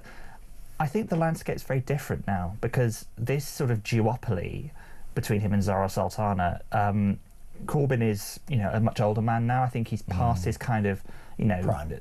I think he's past his kind of peak. Also, people know what he stands for now. So I think he will be a draw, but I'm not convinced that the landscape is now as it was when he was at his peak in 2017. We're 8 years later now. What I will be interested to see is what polls don't take account of is turnout. And a lot of people, although we've seen, I think, that there's only really two mainstream right-wing options at the moment. A lot of people who have previously voted, say, for the Boris Johnson government in 2017, the huge drop-off in turnout. We're now seeing almost over 4 out of 10 people, 4.5 out of turnout in this country not voting, and that is a deep concern to me. And the biggest voter switch you tend to see now, people voting, is towards not voting at all. And although Reform have held a lead, it is still less than the vote share Keir Starmer secured in last year in July 2024. And if Reform gets a majority on 30% of the vote, but they spend 3 or 4 years attacking the Labour government, having a lack of legitimacy when they won 4% more than that, that is setting up a very dangerous precedent. So I would say gently to Reform, think very carefully about how you attack the record and legitimacy of this government when you could win a majority on a much lower share of the vote. Well, we've got 1 minute each for your quick view on a wealth tax. Labour, Annalise Dodds proposing a wealth tax. Maxwell, yes or no? I think it's an abhorrent idea. It will kill business, it will kill jobs, it will kill entrepreneurship, and it will kill ambition. We are seeing people leave this country in exodus because they don't believe now that this is a right nation. And I think it's this politics of envy. If people, actually earn serious amounts of money from working hard, they, I think, in my view, are more welcome and entitled to have it. This idea that we're going to tax people into oblivion to try and pay the coffers for this 30 billion deficit they've got to pay come the autumn budget, I think it's abhorrent. I think it must not happen. Mike? We overtax income, we undertax assets. As I said earlier, council tax reform, a more progressive property levy would be a good way of doing a form of wealth tax at the moment as well. We've seen the inheritance tax reforms haven't really brought much in and not very popular, but I think people would favour a reformed property taxation, which is where a lot of the wealth in this country is. Well, there we go. Quick fire debate. We love it. We love it. Well, both of you, thank you so much. Maxwell, Mike, joining us today to talk about some of the big stories of the day. And I think you'll agree, very, very civilised debate there. Very civilised. We're going to go outside now. We're Absolutely. I'll hear 50 He's got a broken bottle under the desk already waiting for me. Well, stick with us. We've got many more stories, including just after the break. Has woke gone completely mad? We'll be talking about an advert for jeans in America that's causing an awful lot of uproar. Stick with us here on Talk.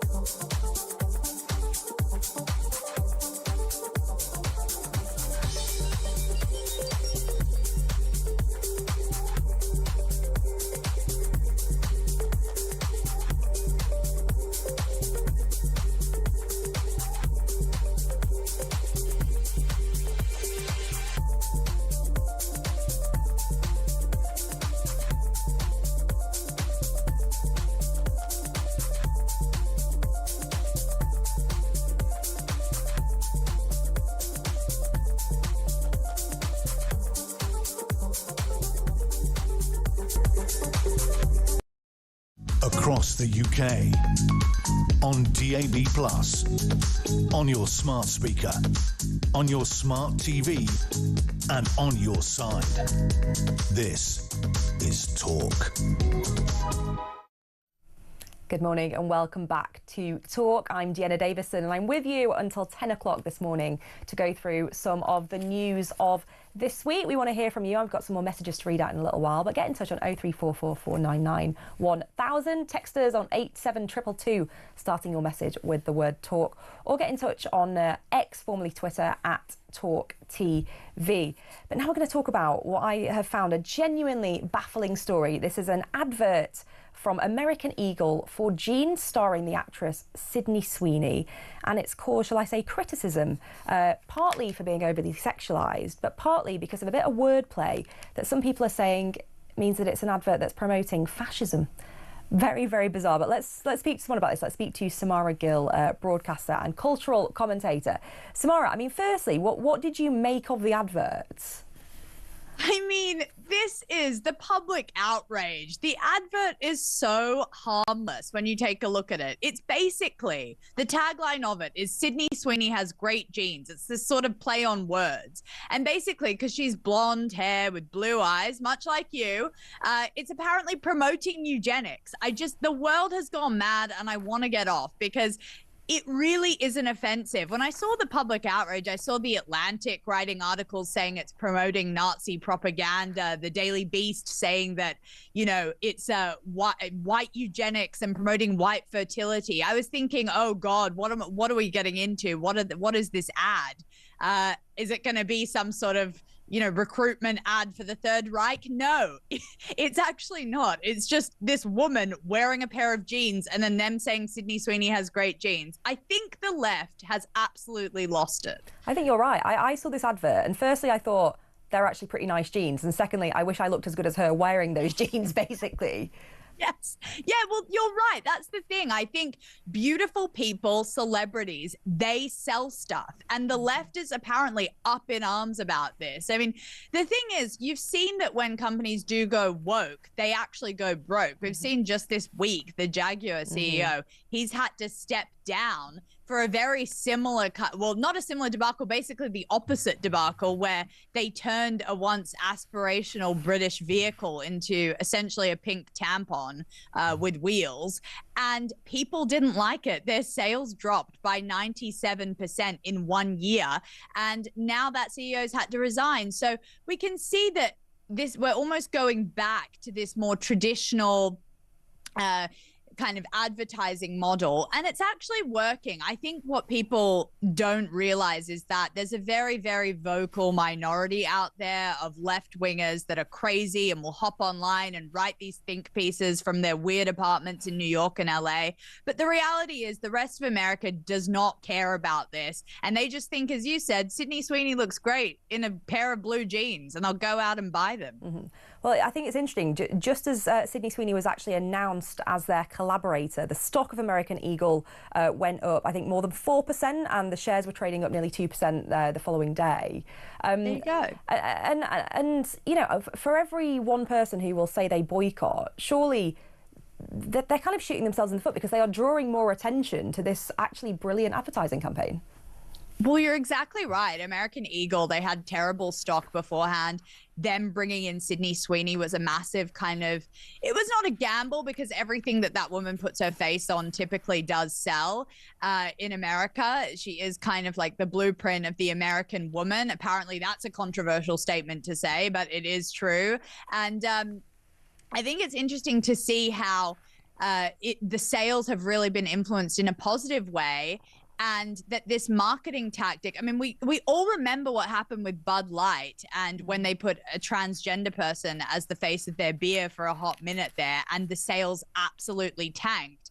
It's just not a good method. And I think in a way, boycotting in the opposite direction also kind of works. But I don't think that the left, in this opinion, has won this battle. We even had JD Vance chiming in just yesterday and saying, wow, a beautiful woman wearing a pair of jeans is suddenly a Nazi symbol now. I just don't understand why the left keeps shooting themselves in the foot and dying on this hill, because it makes them look ridiculous. Like, they actually have some things that they could focus on and maybe, you know, actually try and evoke change from, but it's not this. Mm-hmm. Let's talk also about the comments by Megyn Kelly, who sort of compared this advert to the kind of iconic Brooke Shields adverts from the 80s, or in other words, saying that they're overly sexualized.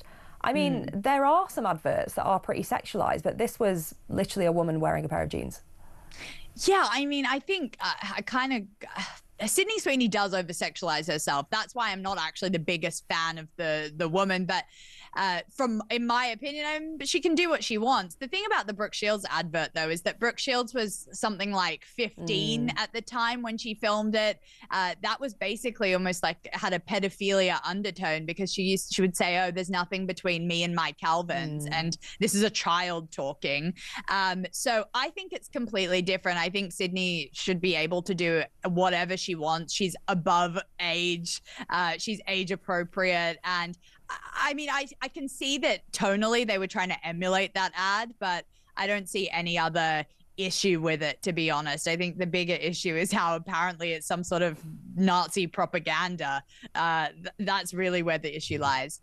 Is it quite refreshing to see in this slightly kind of woke, hyper-cautious age that we actually do have Hollywood stars who are willing to kind of embrace the critique, embrace the sexuality, embrace something that might be a little bit controversial, and actually kind of go for it anyway?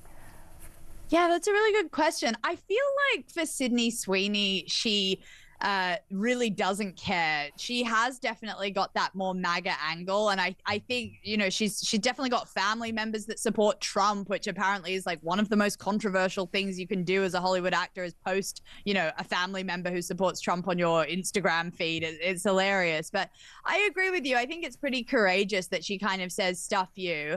I also think, though, that her target audience is middle America, the most of America that do not care about all this. And she's kind of saying, hey, you who live in LA, New York, and all those fringe kind of areas of the country, I'm going to focus on who's going to make me money. I mean, this woman does brand deal after brand deal. She's got Armani, Laneige, Ford Mustang.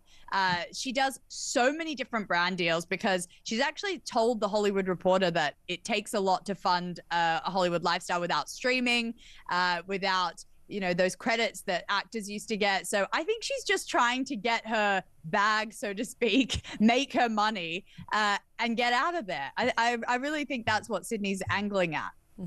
Well, Samara, thank you so much for your insights there. I'm glad that we're aligned. And if you haven't seen the advert and you're listening or watching at home, go and have a Google and let us know. Do you think it is promoting fascism? Because I certainly can't see it. We'll stick with us after the break. We're going to be talking about a really sad story. Jeremy Clarkson's farm looks as though it's going to be closing for 2 months due to an outbreak of TB. We're going to be speaking to Steve Evans, a farmer, to really get into this story. But for all the things that we've been talking about today, get in touch, have your say on 0344 499 1000. Text us on 87222, starting your message with the word talk.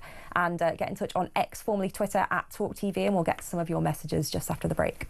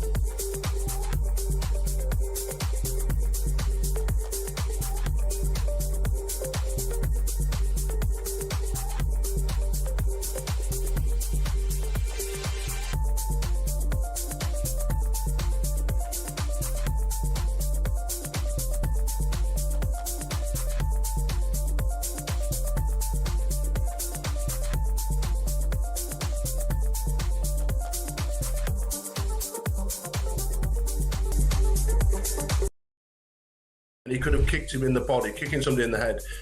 If I was a senior detective investigating that, I think the problem is you're handing victim cards to that person from them becoming the in the heat villain. of the moment.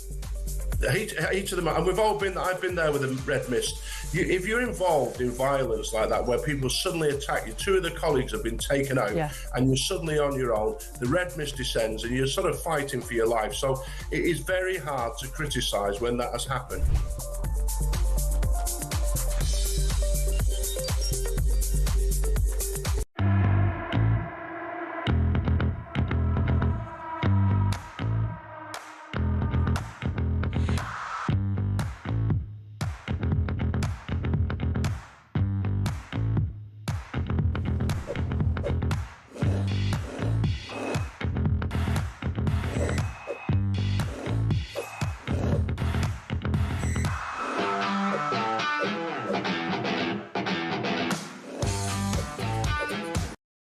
Across the UK, on DAB+, on your smart speaker, on your smart TV, and on your side. This is Talk. Good morning and welcome back to Talk. I'm Dehenna Davison, and now on to a really sad story. That is that Jeremy Clarkson's farm looks as though it's going to have to close for 2 months due to a potential outbreak of TB. Well, let's speak to Steve Evans, who is a farmer and has some experience with this. Steve, just how would you discover the presence of TB? Do you have to test all of your livestock, or? Right. I'll start from the start, okay? I spent 30 years of my life milking cows in a family business with my parents. And this time last year, after 2 years of battling with bovine TB within our herd, we made the decision to actually get out of farming. Wow. Because it was catastrophic, and it's an absolute tragedy what's unfolding in the countryside at the moment. And TB has been forgotten about with all the inheritance tax issues, the lack of support, the sort of mental gymnastics around all the schemes that the government are bringing in, they're not bringing in. So it's an absolute tragedy what's unfolding at the moment. But with regards to TB, Jeremy, I feel for him. We've been there. It's horrendous. So there is a test that's done. I live in Wales. We are the worst country in the UK for TB. Mm-hmm. It's absolutely devastating farms, particularly here in West Wales. So we are testing in Wales every 60 days. So Jeremy would have been, I would imagine, would be doing his annual test on his herd, and they've discovered this. So basically what that means now is that he is on shutdown. He won't be able to buy in any livestock or sell any livestock for a 2-month period until these animals have been retested. The sad part about it is obviously he's stated that the animal is heavily encalfed with twins. Mm-hmm.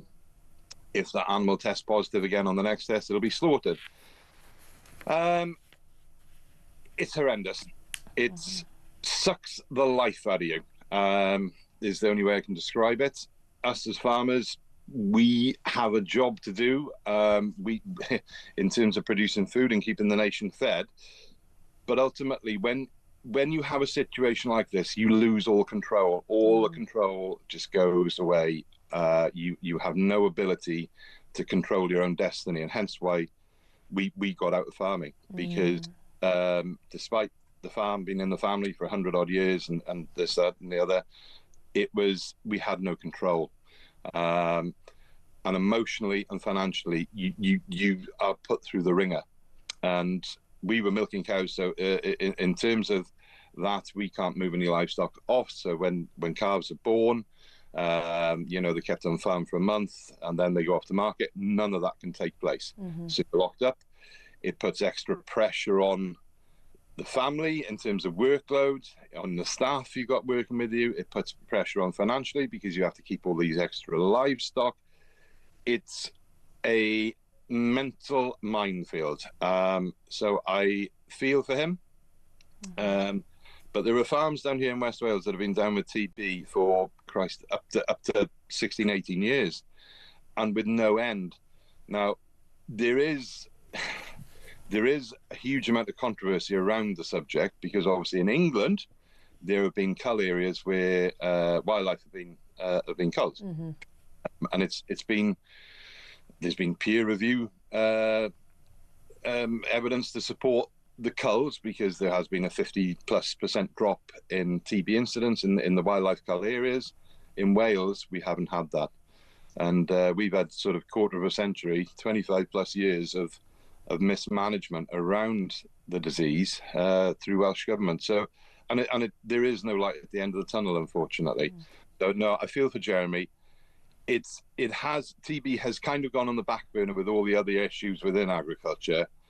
And my hope is with this, as unfortunate as it is for Jeremy and the team down at Diddley Squad, is that he will actually bring this to up the scale now. This will actually become dominant in the news, and also with him, with obviously his TV series on Amazon, it will be in the public domain more and more and more. Well, I was about to ask you, Steve, what do you make of Clarkson's programme? Because I've spoken to a few farmer friends who think it's fantastic for raising farming life kind of really onto people's agenda. Do you agree with that? 100%. From the issues he had around planning, when we were in farming, we were continuously told, we need to diversify. It's the crazy part about farming is, the hours are insane. I don't know anybody in agriculture that works less than 60 hours. It's often during busy periods, 80, 90, 100, 110 hours a week. Yet we're being told to diversify. We were always told diversify. Oh, you need another income stream. Don't keep all your eggs in one basket. But there just simply isn't enough hours in the day to actually diversify. It's how on earth do you manage another business while your core business is your core business? It's the bread and butter of the business. So no, Jeremy has done a fantastic job in highlighting all the issues that are there on farm day in, day out. He is not everybody's cup of tea in the public, but certainly from my perspective and many others within the rural communities, he's done a hell of a good job, because he has highlighted this and he's pushed it out there, and he's made it mainstream news. So I take my hat off to him.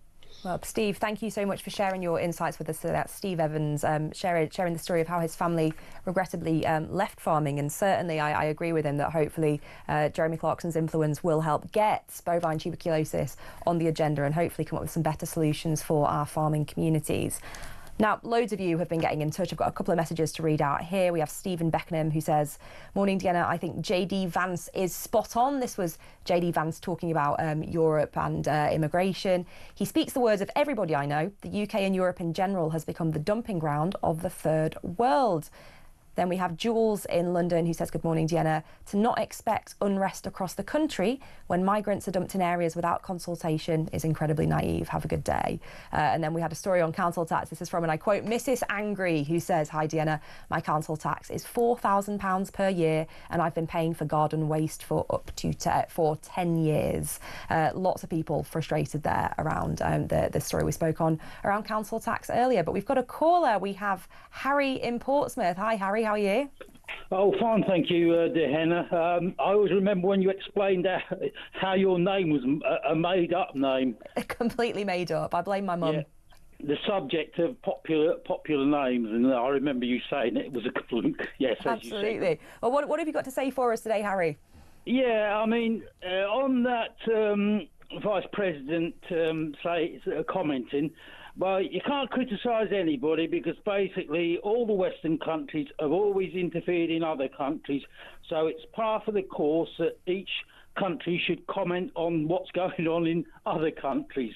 Yeah. And of course, over here we had some of the locals demonstrating up at Waterlooville about some flats, and people are just getting annoyed because they're not sure of the knowledge. And I know George Madrick was on with Mike Graham a few days ago.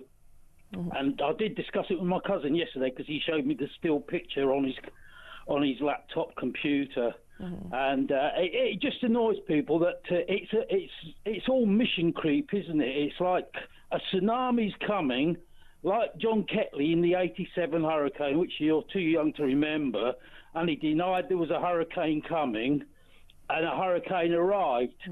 What are the solutions, though, Harry? What can the government, what can local councils, what can they do to really try and tackle this? Stop the locals or stop the locals? No, to really try and make people feel a better sense of fairness. Well, it's stemming to obviously that boat thing across the channel, and the fact even since COVID, you can see there's more immigration arrived again. We had all the EU immigration, about 5 million EU citizens got the right to remain. That was what Boris did. We've noticed more, because I got on a bus, top deck of one of the two bus companies that run buses in Portsmouth area, and you went upstairs and you could quite clearly work out that none of them had been in the country until after COVID.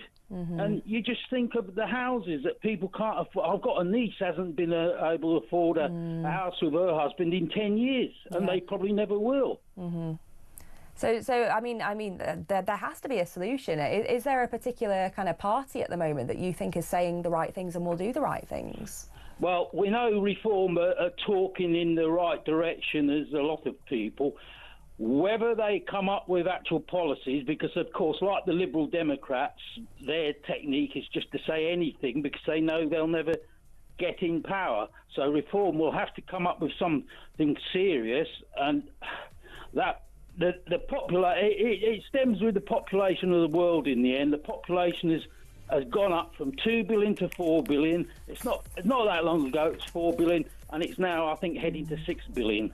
We've got to do something, Harry, haven't we? Harry, thank you so much for joining us there from Portsmouth, and I'll get some more of your messages, hopefully get some more callers in a little while. Well, after the break, we're going to be going over some of the main stories from The Sun with Kate Ferguson, the political editor of The Sun, on Sunday.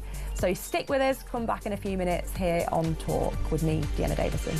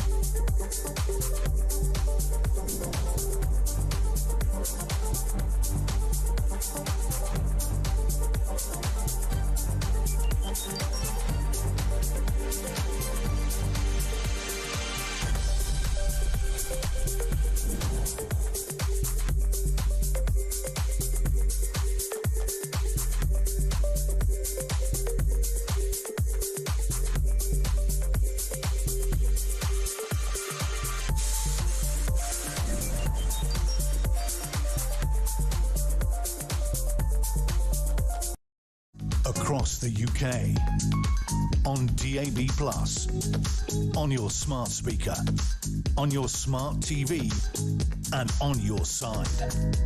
This is Talk.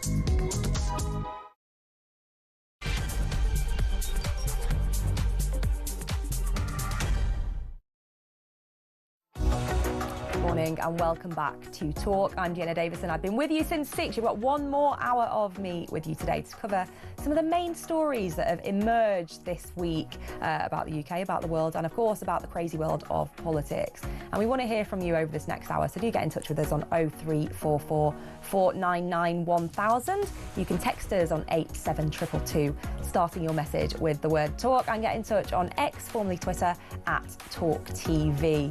I'm Dehenna here on Talk. Let's get some of those stories. So I'm delighted to be joined by a good pal, Kate Ferguson, from The Sun on Sunday, political editor, to talk about some of the key stories that The Sun are reporting on today. And this first one about foreign criminals vanishing from our court system. Yeah, I mean, this is a pretty astonishing story. It comes from an interview with Reform's new kind of latest recruit, Layla Cunningham, who was a prosecutor, worked for the CPS. Anyway, she reveals here some of what she witnessed while she was in her old job.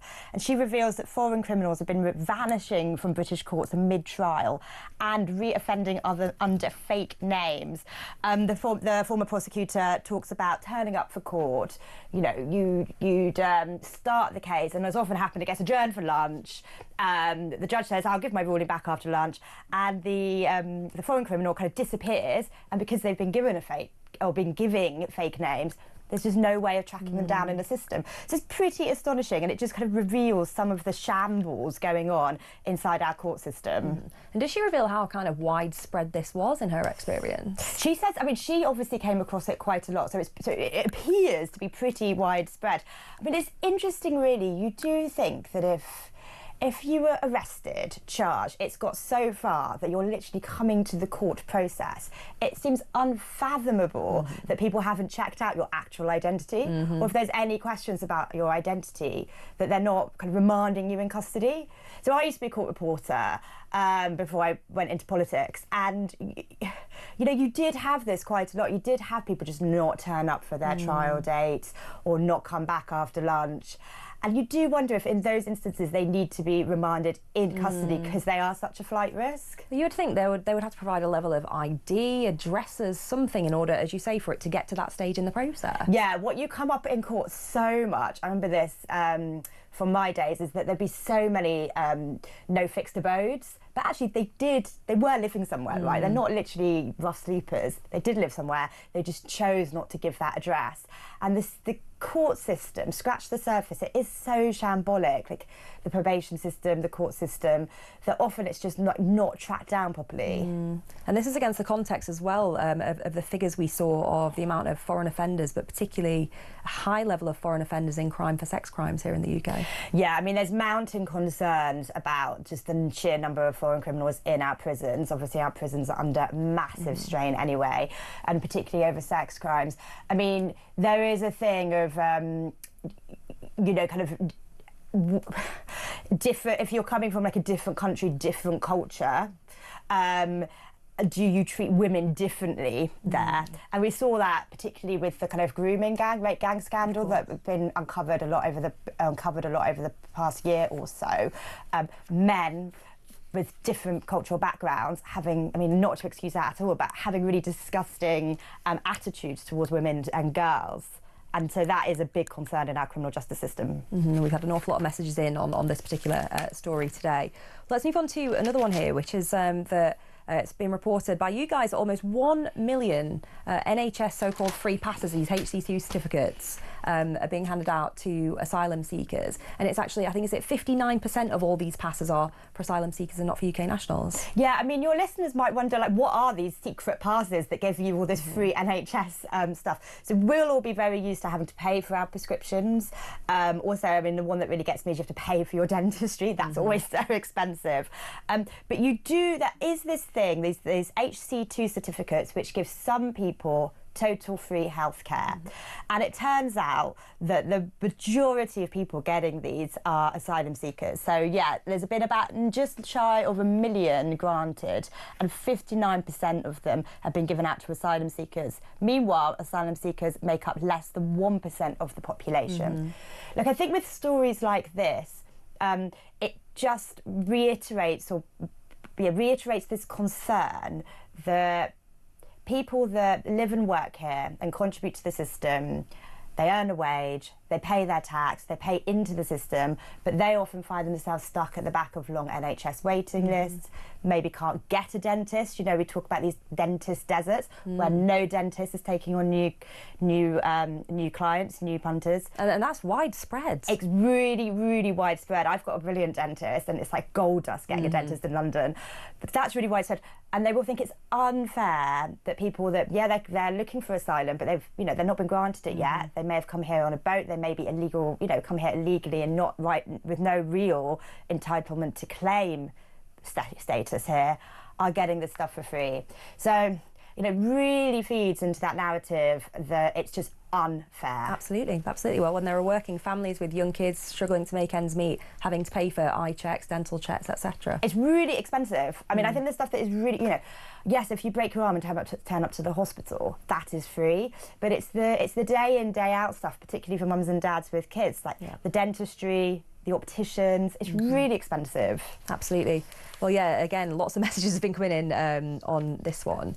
The one that's really baffled me is this story that's emerged from the US Congressional Committee about our government, the UK government, having a sort of secret squirrel unit that is monitoring free speech and reporting tweets to try and silence any critics of migrant hotels. This is... The secret really squirrel unit sounds quite cute. I don't think this is a cute one at all. This is not a cute story at all. So this is something that actually emerged on Twitter about 3 days ago. It's a US congressman, and he's did this kind of big tweet thread laying it all out. And they've been investigating kind of these fears of a crackdown on free speech in this country. And as part of it, these US or international tech firms has obviously released a lot of documents to these US congressmen. And what it's revealed is that last year, during those Southport riots, the summer riots last year, part of Peter Kyle's science and technology team, so civil servants buried deep in Whitehall in this department, was getting in touch with tech companies, raising concerns about some of these tweets and TikToks and social media posts in the riots, and basically heavily hinting that they should be taken down. Now, the big problem here is that when you look at the content of some of those posts, they're not kind of incitement to commit crime. They're not saying, come on guys, let's get tooled up and smash this place down or burn this place down. They're just raising concerns about the numbers of undocumented migrants in certain areas. And this will really feed in to those fears that, that there is kind of two-tier policing, but that this government is really overstepping in the crackdown on free speech. I think that's right, and we've discussed this a couple of times already on the show today. A lot of feedback and everyone thinking this is just baffling. Even more baffling that it's taken a US Congressional Committee to actually uncover this. Where is the commitment to accountability and transparency? Yeah, exactly. And you can see, like, when you go through the emails the department has sent to these tech companies, oh yes, we're concerned about this. Maybe you could explain why you've let this onto your platform and what steps you're taking about it. And the clear implication is that they should be taking this stuff down. But I mean, I think here there always has to be a line to be drawn about, yes, what you might find unhelpful, distasteful, but what is legal and what is straightforward suspected criminality. And it's when the state goes after the former and not the latter, that's when you kind of stop having this public buy-in for any kind of regulation. Well, absolutely. We've heard the word Orwellian a couple of times, and that is kind of what this feels like. So very glad that it's actually been brought to light now. Yeah, I mean, I think you're right, though. It is kind of astonishing that it's taken a US congressman to get to the bottom of this. And Obviously, we've seen the US administration raise concerns about free speech in this country. I know that JD Vance who's a big critic of the clampdown on free speech, is going to be visiting us for his summer holidays. He's off to the Cotswolds. Absolutely. Very nice part of the world. So we'll see what he said. I imagine he'll be saying some stuff here when he's on that trip. And on free speech, just a word from you on this online safety bill that's been absolutely all over the kind of airwaves. I think Elon Musk has now got involved to talk about it, and there have been examples of things like Spotify accounts being blocked, very legitimate online sites that are nothing to do with anything explicit or kind of adult. I mean, isn't that just another example of that kind of free speech clampdown? Yeah, I mean, the online safety bill is obviously sparking a lot of controversy. I think what it has total broad buy-in with, you will have popular support for the idea that kids should not be viewing porn, or accidentally on these websites they shouldn't be on, that there needs to be some form of age verification to crack down on that, and that also those kind of horrible sites that promote self-harm, suicide, targeting teenage girls in particular, are totally distasteful, and we need to do something about it.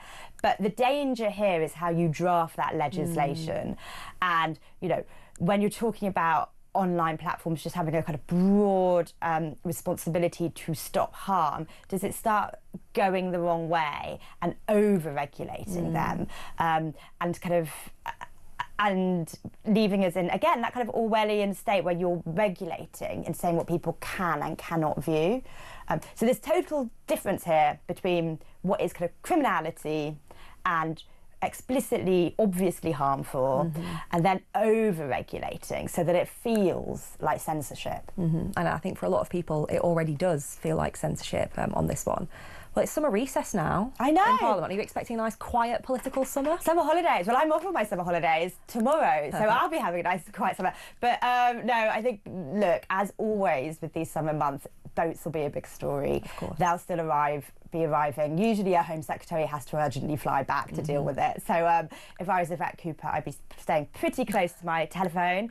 And we know that Reform and Nigel Farage are going to be spending this long summer hammering this idea that crime is out of control in this country. So I expect both those topics to be kind of really pursued and across our pages for all of August, really. And the other one, internationally, of course, we've had Israel-Palestine right up on the agenda and sort of deadlines in place for potential ceasefire or more.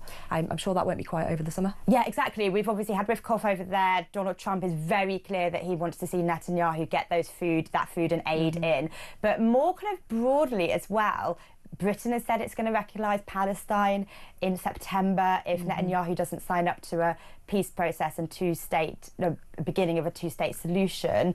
France has already gone that way. Canada's talking about going that way. So summer, I think, will be this kind of build-up to this moment in autumn where you could see a lot of the Western international community really tear up decades of foreign policy and potentially recognise the state of Palestine, although what that really means is a mystery to us all. Okay, thank you so much, as ever, for coming and sharing your insights. And I hope you do get a proper summer holiday and your phone remains firmly off during... Turn off Twitter. Absolutely, absolutely. That's Kate Ferguson there, political editor of The Sun on Sunday, running through some of the key stories there featured in The Sun. So go pick it up, as always. Stick with us. We've got some more stories coming after the week. One about car finance. Supreme Court have made their ruling that a lot of people are not particularly happy about. So keep your views coming in, 03444991000. Text us on 87222, starting your message with the word talk, or get in touch on Twitter, X, formerly Twitter, nearly got it the wrong way around, at talkTV, and we'll get some more of your messages read out soon.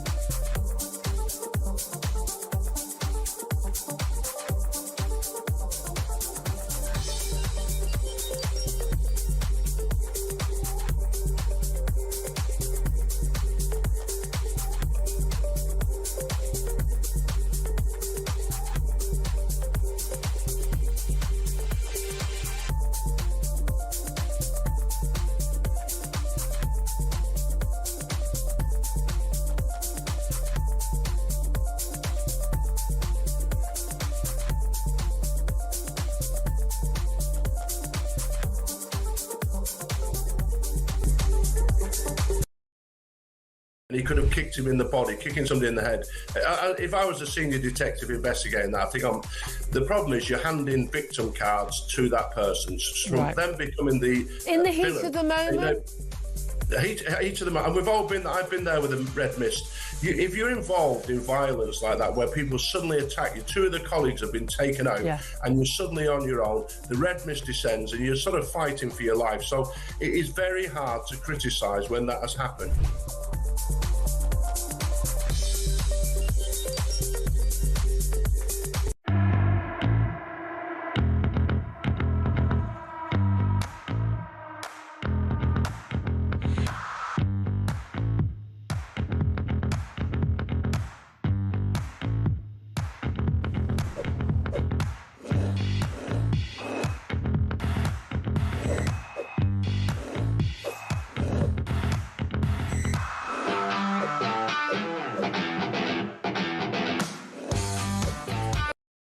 Across the UK, on DAB+, on your smart speaker, on your smart TV, and on your side.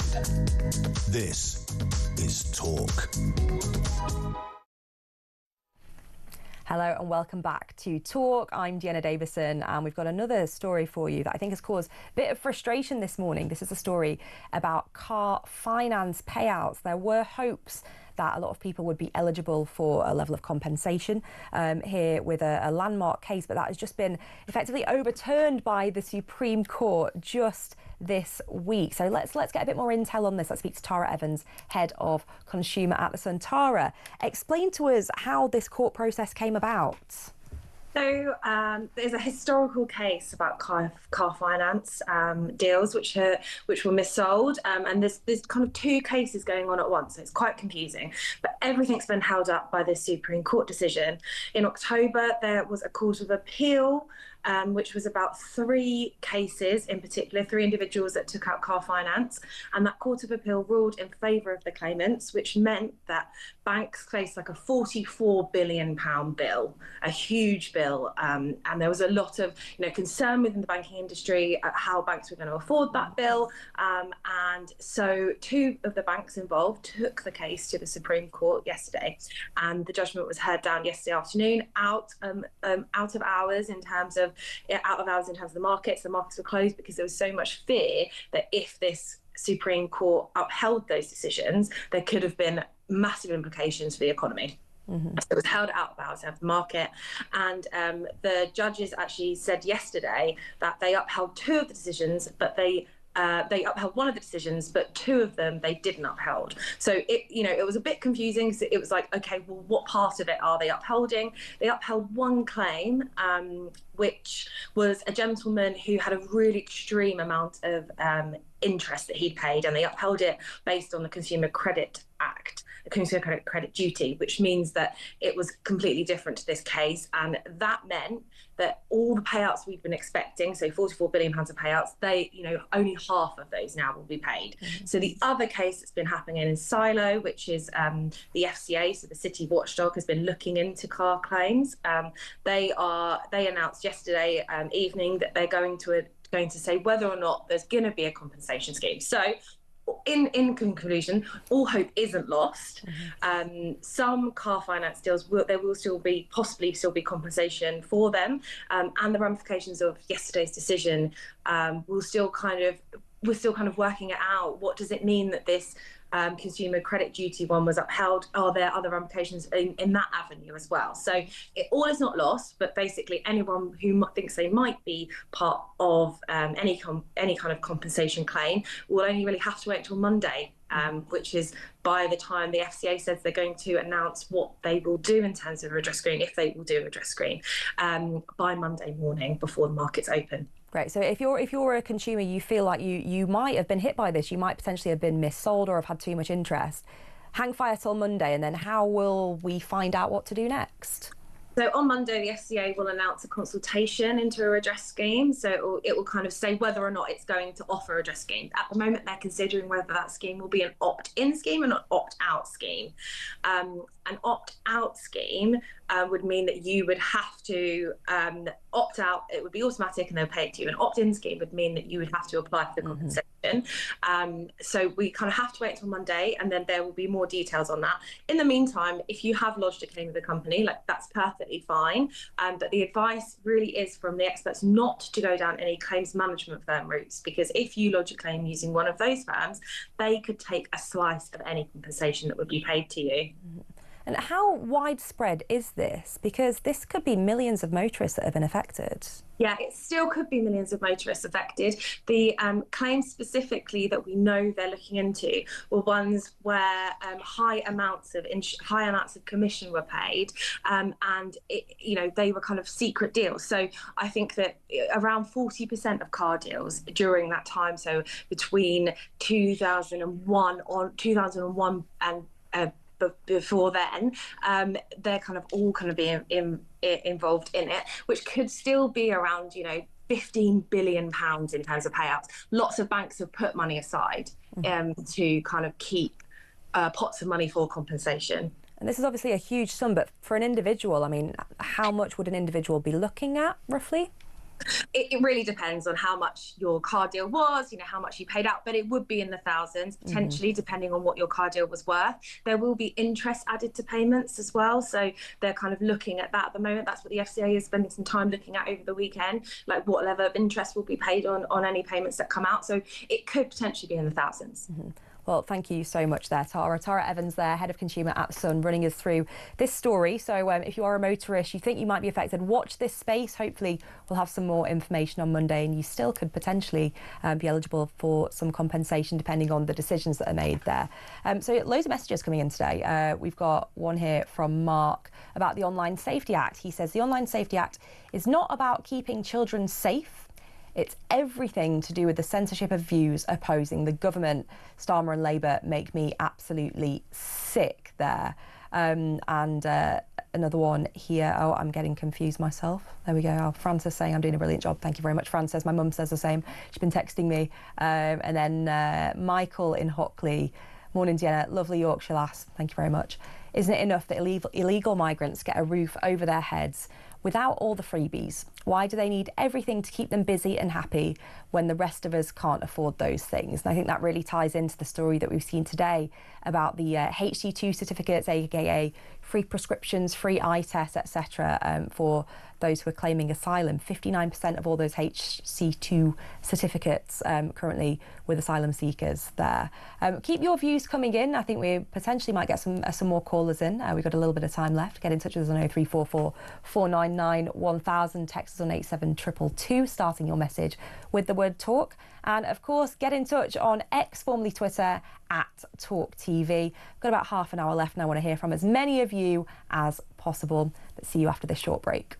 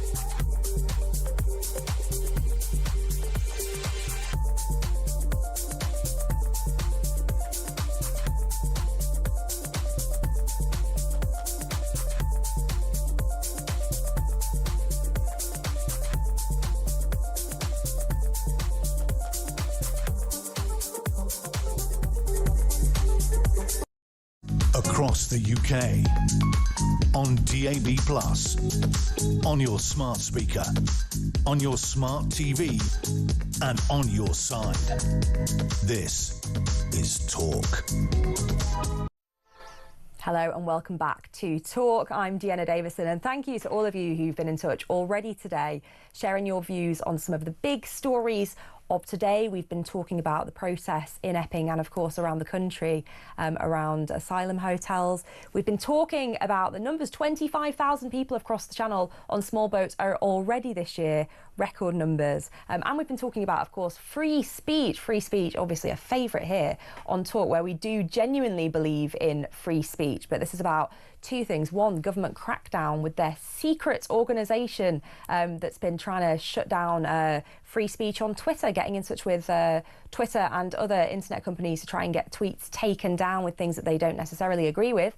Definitely not chilling at all. But also the online safety bill now in force that's been stopping adults from accessing things online unless they can prove age verification. Lots of people concerned there about whether or not they want to give their passport or their driving licence details to some of these internet companies. Very, very interesting times indeed, but let's get on to one more story here. I'm going to talk to Matt Goodwin, political scientist, about an article he wrote today in The Sun talking about the UK's population. Matt, run us through. Well, good to be with you. We've had obviously those bombshell figures this week, which have shown that last year alone, the population of England and Wales increased by 707,000 people, which is the second biggest annual increase we've had since 1949.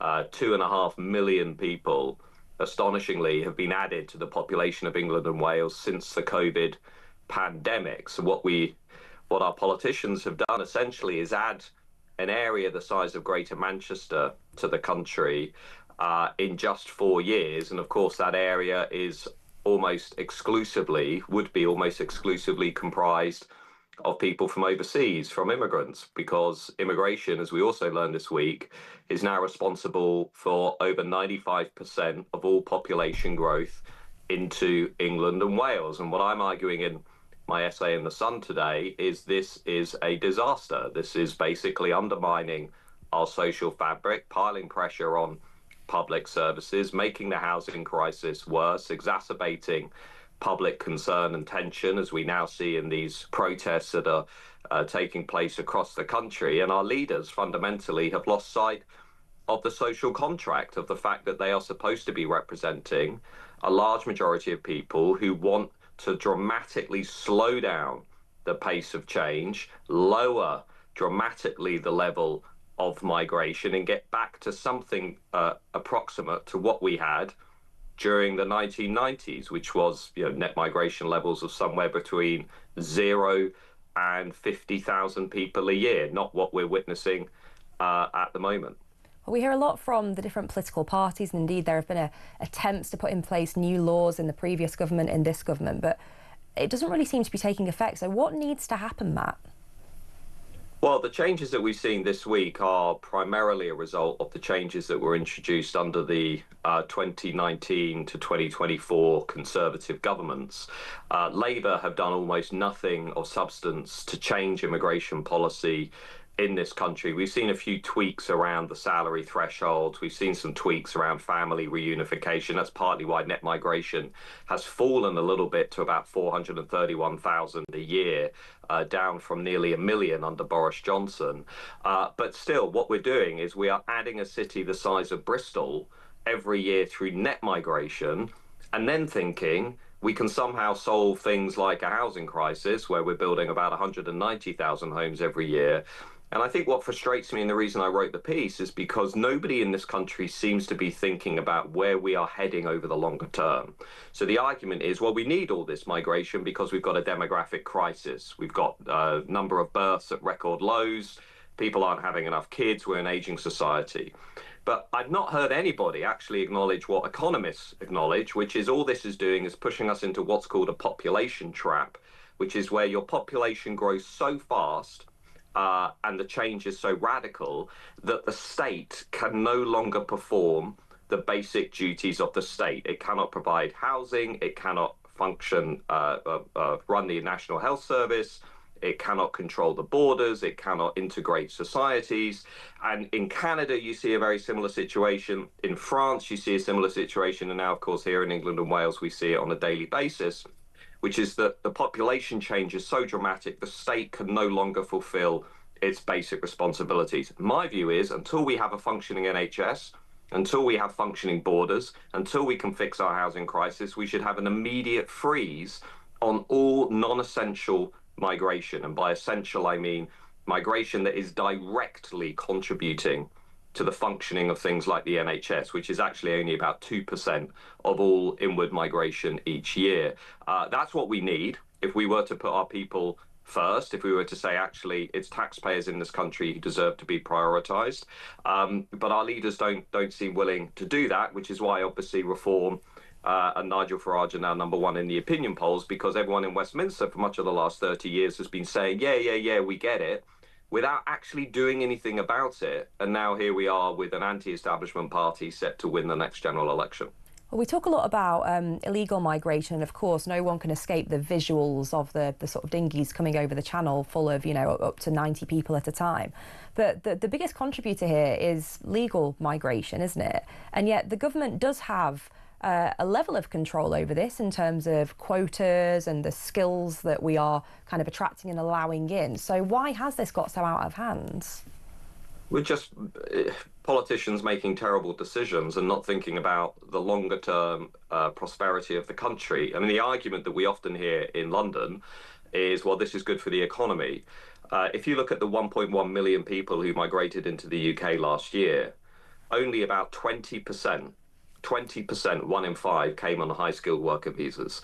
So my question to all the people who say, hey, mass immigration is great for the economy, I would ask them two questions. One is, why do you think it's acceptable for 1 in 5 people coming into this country to be coming in on high-skilled worker visas, while 80% are coming in as the relatives of workers, as international students, who again are a net fiscal cost, not a net fiscal benefit, as refugees, asylum seekers and illegal migrants? How do you think it's acceptable to run a social contract like that? And secondly, if mass migration is so good for this country, given that it's been an active policy choice for the last 30 years under both Labour and Conservative governments, then I would ask the question, where's the economic growth?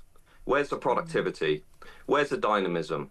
Where's the innovation? Where's this happy, prosperous society that the economists told us in the late 1990s and the 2000s was going to come around the corner if we embraced mass migration? Because what we have is the opposite. We have a sluggish, flat economy with massive levels of debt, low levels of productivity, and businesses have absolutely no incentive to innovate and become more dynamic. Why is that? Well, one very big reason, not the only reason, but one big reason is because we are flooding the economy with cheap migrant labour. So we don't actually need to deal with our underlying problems, like we've got nearly 10 million people on welfare in this country, we've got 1 million young people not working. We can just use the mass immigration lever to distract us from dealing with the very real and pressing problems in this country. So what I'm saying in this article in The Sun, I'd like to see some proper leadership in this country. I'd like to see some responsible, forward-looking leadership that doesn't just sort of, go for the quick fix and continue with what is a very extreme policy. My last brief point, if I may, lots of people saying that the protesters in England today, and we've seen in recent weeks, are extremists. That's the wrong way around. The extremists in this country are the politicians who have imposed a policy on this country that only 10% of the people support. Only about 10% of people support mass immigration. So the extremists in this country, the ones who are really out of touch, are the politicians who have been imposing this bizarre policy on everybody else, thinking open borders is somehow acceptable, thinking 1 million people net in legal migration is acceptable. We would never, ever, ever like this prior to 1997. The myth that we are a nation of immigrants is exactly that. It's a myth. It's not true. Yet politicians have somehow concluded that this is acceptable, and it's not. Well, thanks, Matt Goodwin there, sharing his thoughts after his article today in The Sun. Go and check it out on UK mass migration. Let us know, get in touch. Let us know your thoughts on 03444991000. Text us on 87222, starting your message with the word talk. But we've got a caller. We're going to speak to Lenny in Ashford. Lenny, you want to talk to us about Starmer's social media monitoring? Yes, good morning, Dehenna. What it is, I truly believe that to protect the children from porn is an excuse, and I think the rest of the bill is to stop our free speech. Mm-hmm. And I mean, I truly believe that we have a dictatorship. And the one thing a dictator, his biggest fear is free speech. Mm-hmm.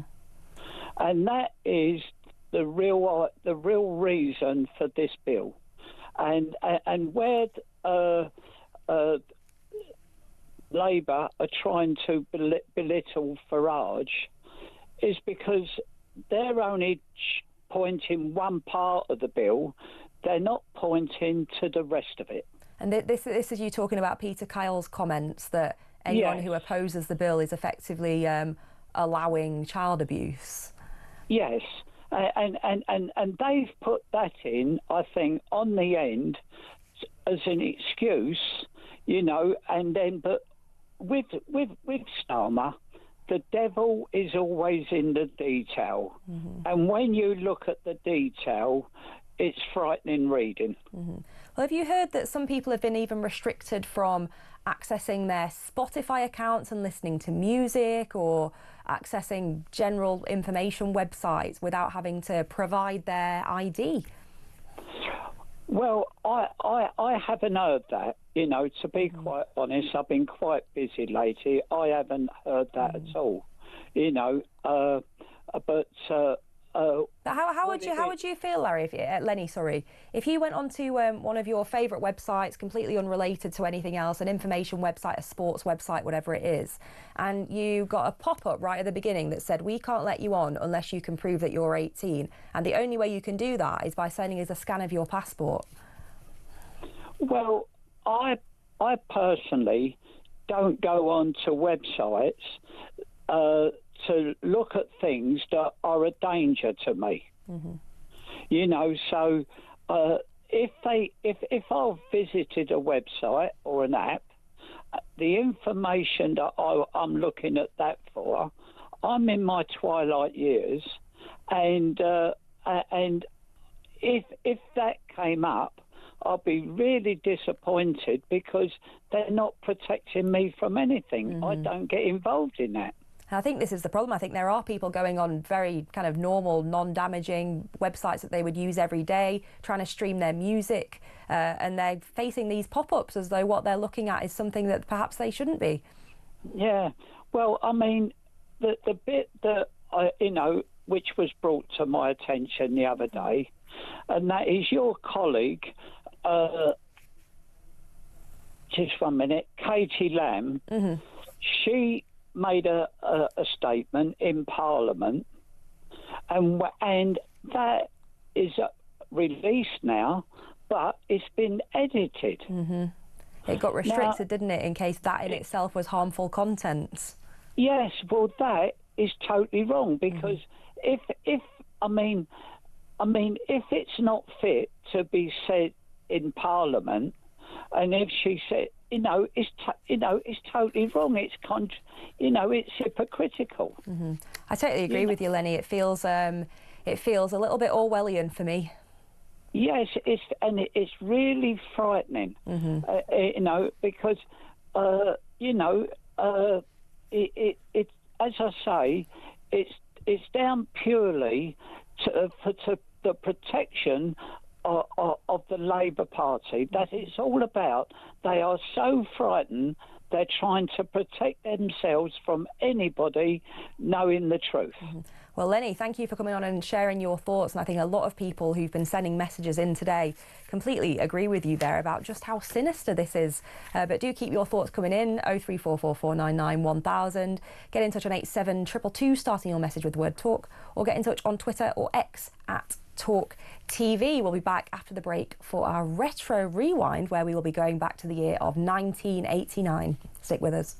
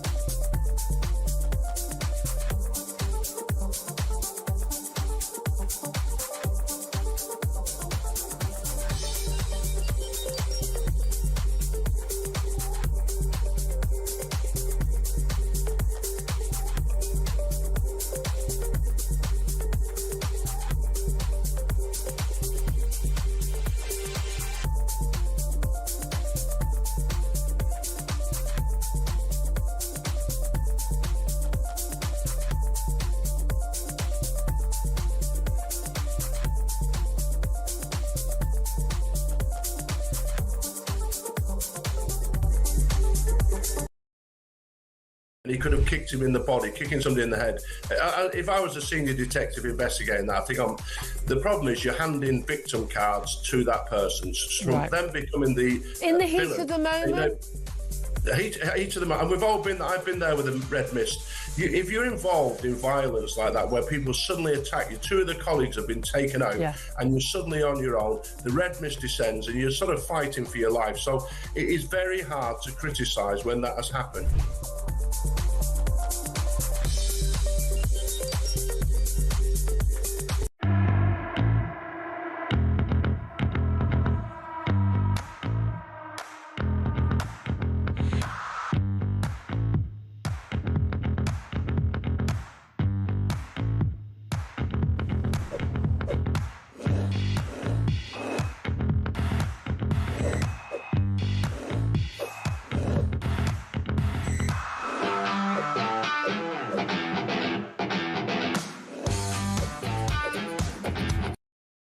Across the UK, on DAB+, on your smart speaker, on your smart TV, and on your side.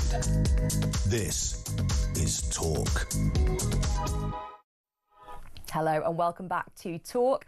I'm Dehenna Davison, and I'm sorry to say that we're approaching the end, but not before we talk about probably the bit I've been most looking forward to here. It is our Retro Rewind, and I'm delighted to introduce Steve Denyer from Virgin Radio. So, Steve. Hello, good morning. Good morning. Tell us, what is the year of choice? So every year we pick a different year. Today's one is particularly juicy. I've got a jingle. We're going to go for 1989. There we are. Well, I have to say, we'll come to this later, but I'm a huge Swiftie, so 1989 is music to my ears. Yes, a legend was born. Let's start with politics. 1989, Absolutely. lots happened actually. So Margaret Thatcher celebrated her 10th year in power. Which is quite something. Which is really something. And it's interesting when you look back in history. 1989, I always think, was the beginning of the unravelling. The poll tax had just been introduced. Of course, in 1990, we had the riots. But you also had her Chancellor, Nigel Lawson, quitting as well. So it's really interesting when you look back.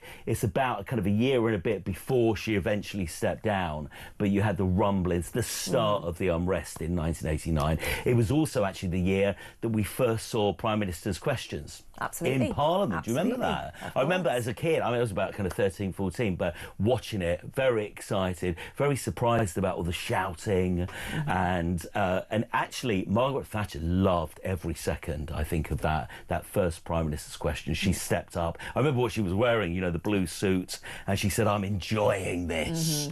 And it was the big, I think the first one got 3 million. 3 million people. And still is the most viewed kind of political hit every week. Isn't it? It's just entertaining. And I think people from all over the world see it and go, this is crazy, but we love it. It's like watching a live soap opera, isn't it, unfolding? I still remember going to my first PMQs when I was elected, stepping into the chamber, which is tiny compared to how it looks on television. Yeah. And the thing that you don't get, because obviously there are microphones that pick up the noise, is that you're sitting there, you can hardly hear what's actually being said by the person at the dispatch box. Right. Because there's so much other noise and shouting and jeering and it's just like a heckling. wall of sound. Absolutely. It's incredible. And you're right, it's so small, isn't it? I mean, it looks like a little kind of TV set, really, when you go in there. So that was a really big year. Across the pond, it was George H. Bush who was elected. Now, he was Ronald Reagan's vice president for 8 years.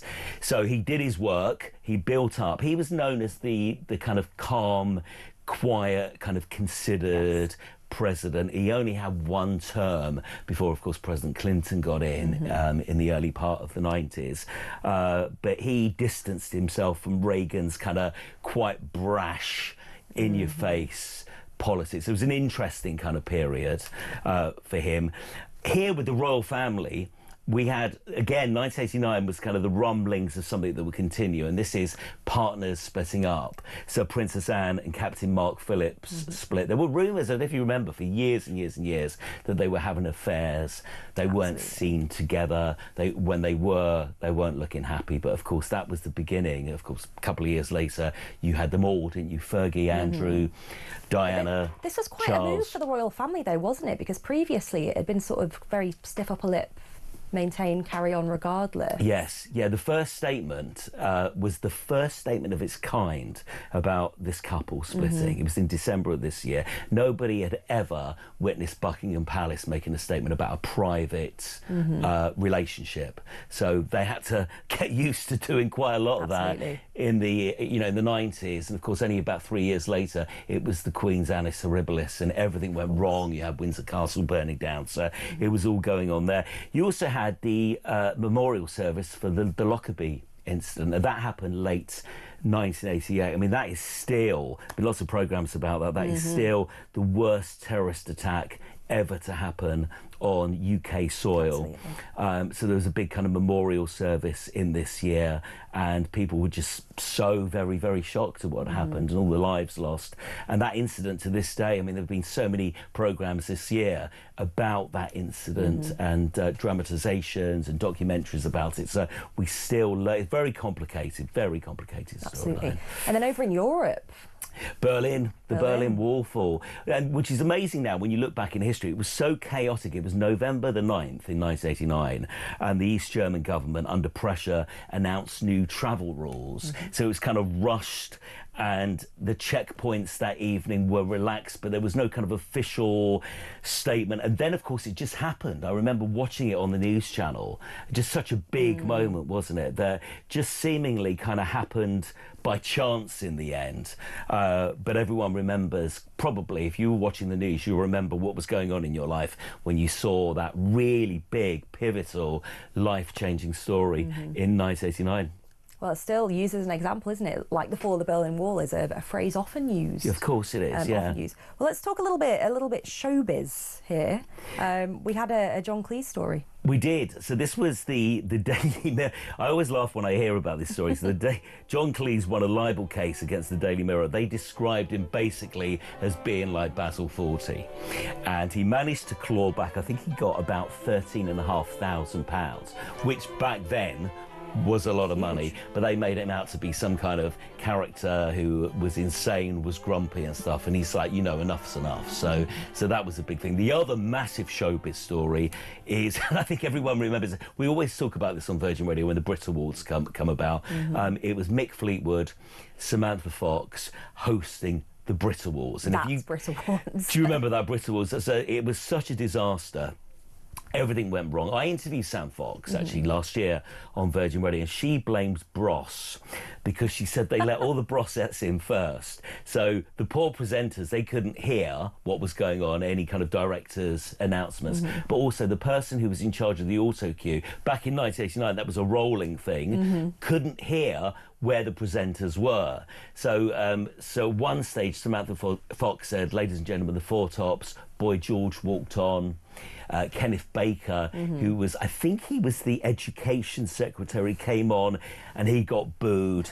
It was such a disaster. It resulted in the Brit Awards being kind of televised on a delay. Yes. But that was the very, very final live Brit Awards, thanks to Sam Fox and Mick Fleetwood. Of course, Sam Fox was 5'1" or something. Mick Fleetwood was 6'7". Not easy for framing. It looked difficult and disastrous when it started, but everyone will remember. If you saw that, you'll remember going, oh my goodness, this is just make it end. Somebody make it stop. Please. And then some of the new TV, we had Home and Away for the first time. Yeah, Home and Away started. Interestingly enough, Home and Away was a lot bigger here, a bit like Neighbours, than it was in Australia.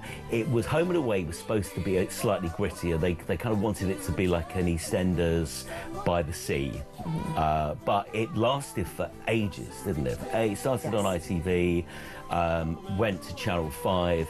Again, the stars were bigger here than they were back in Australia. And we got it a year after it started in Australia. So when we saw the stars, we were like, oh, they've got different hair and stuff. They look a lot older. It's because we were kind of on a backlog. I didn't realise it was that much later. The whole year, yeah. And it was popular in Australia, but for some reason, I think in the late 80s, things were gritty. We liked an alternative, a chance to see a different lifestyle. That's why Neighbours, it was always sunny, wasn't it? It was always a bit more hopeful. So those shows really, really did well. Well, I need to talk about her. Taylor Swift was born in 1989. And I'm sorry, Taylor Swift is my obsession.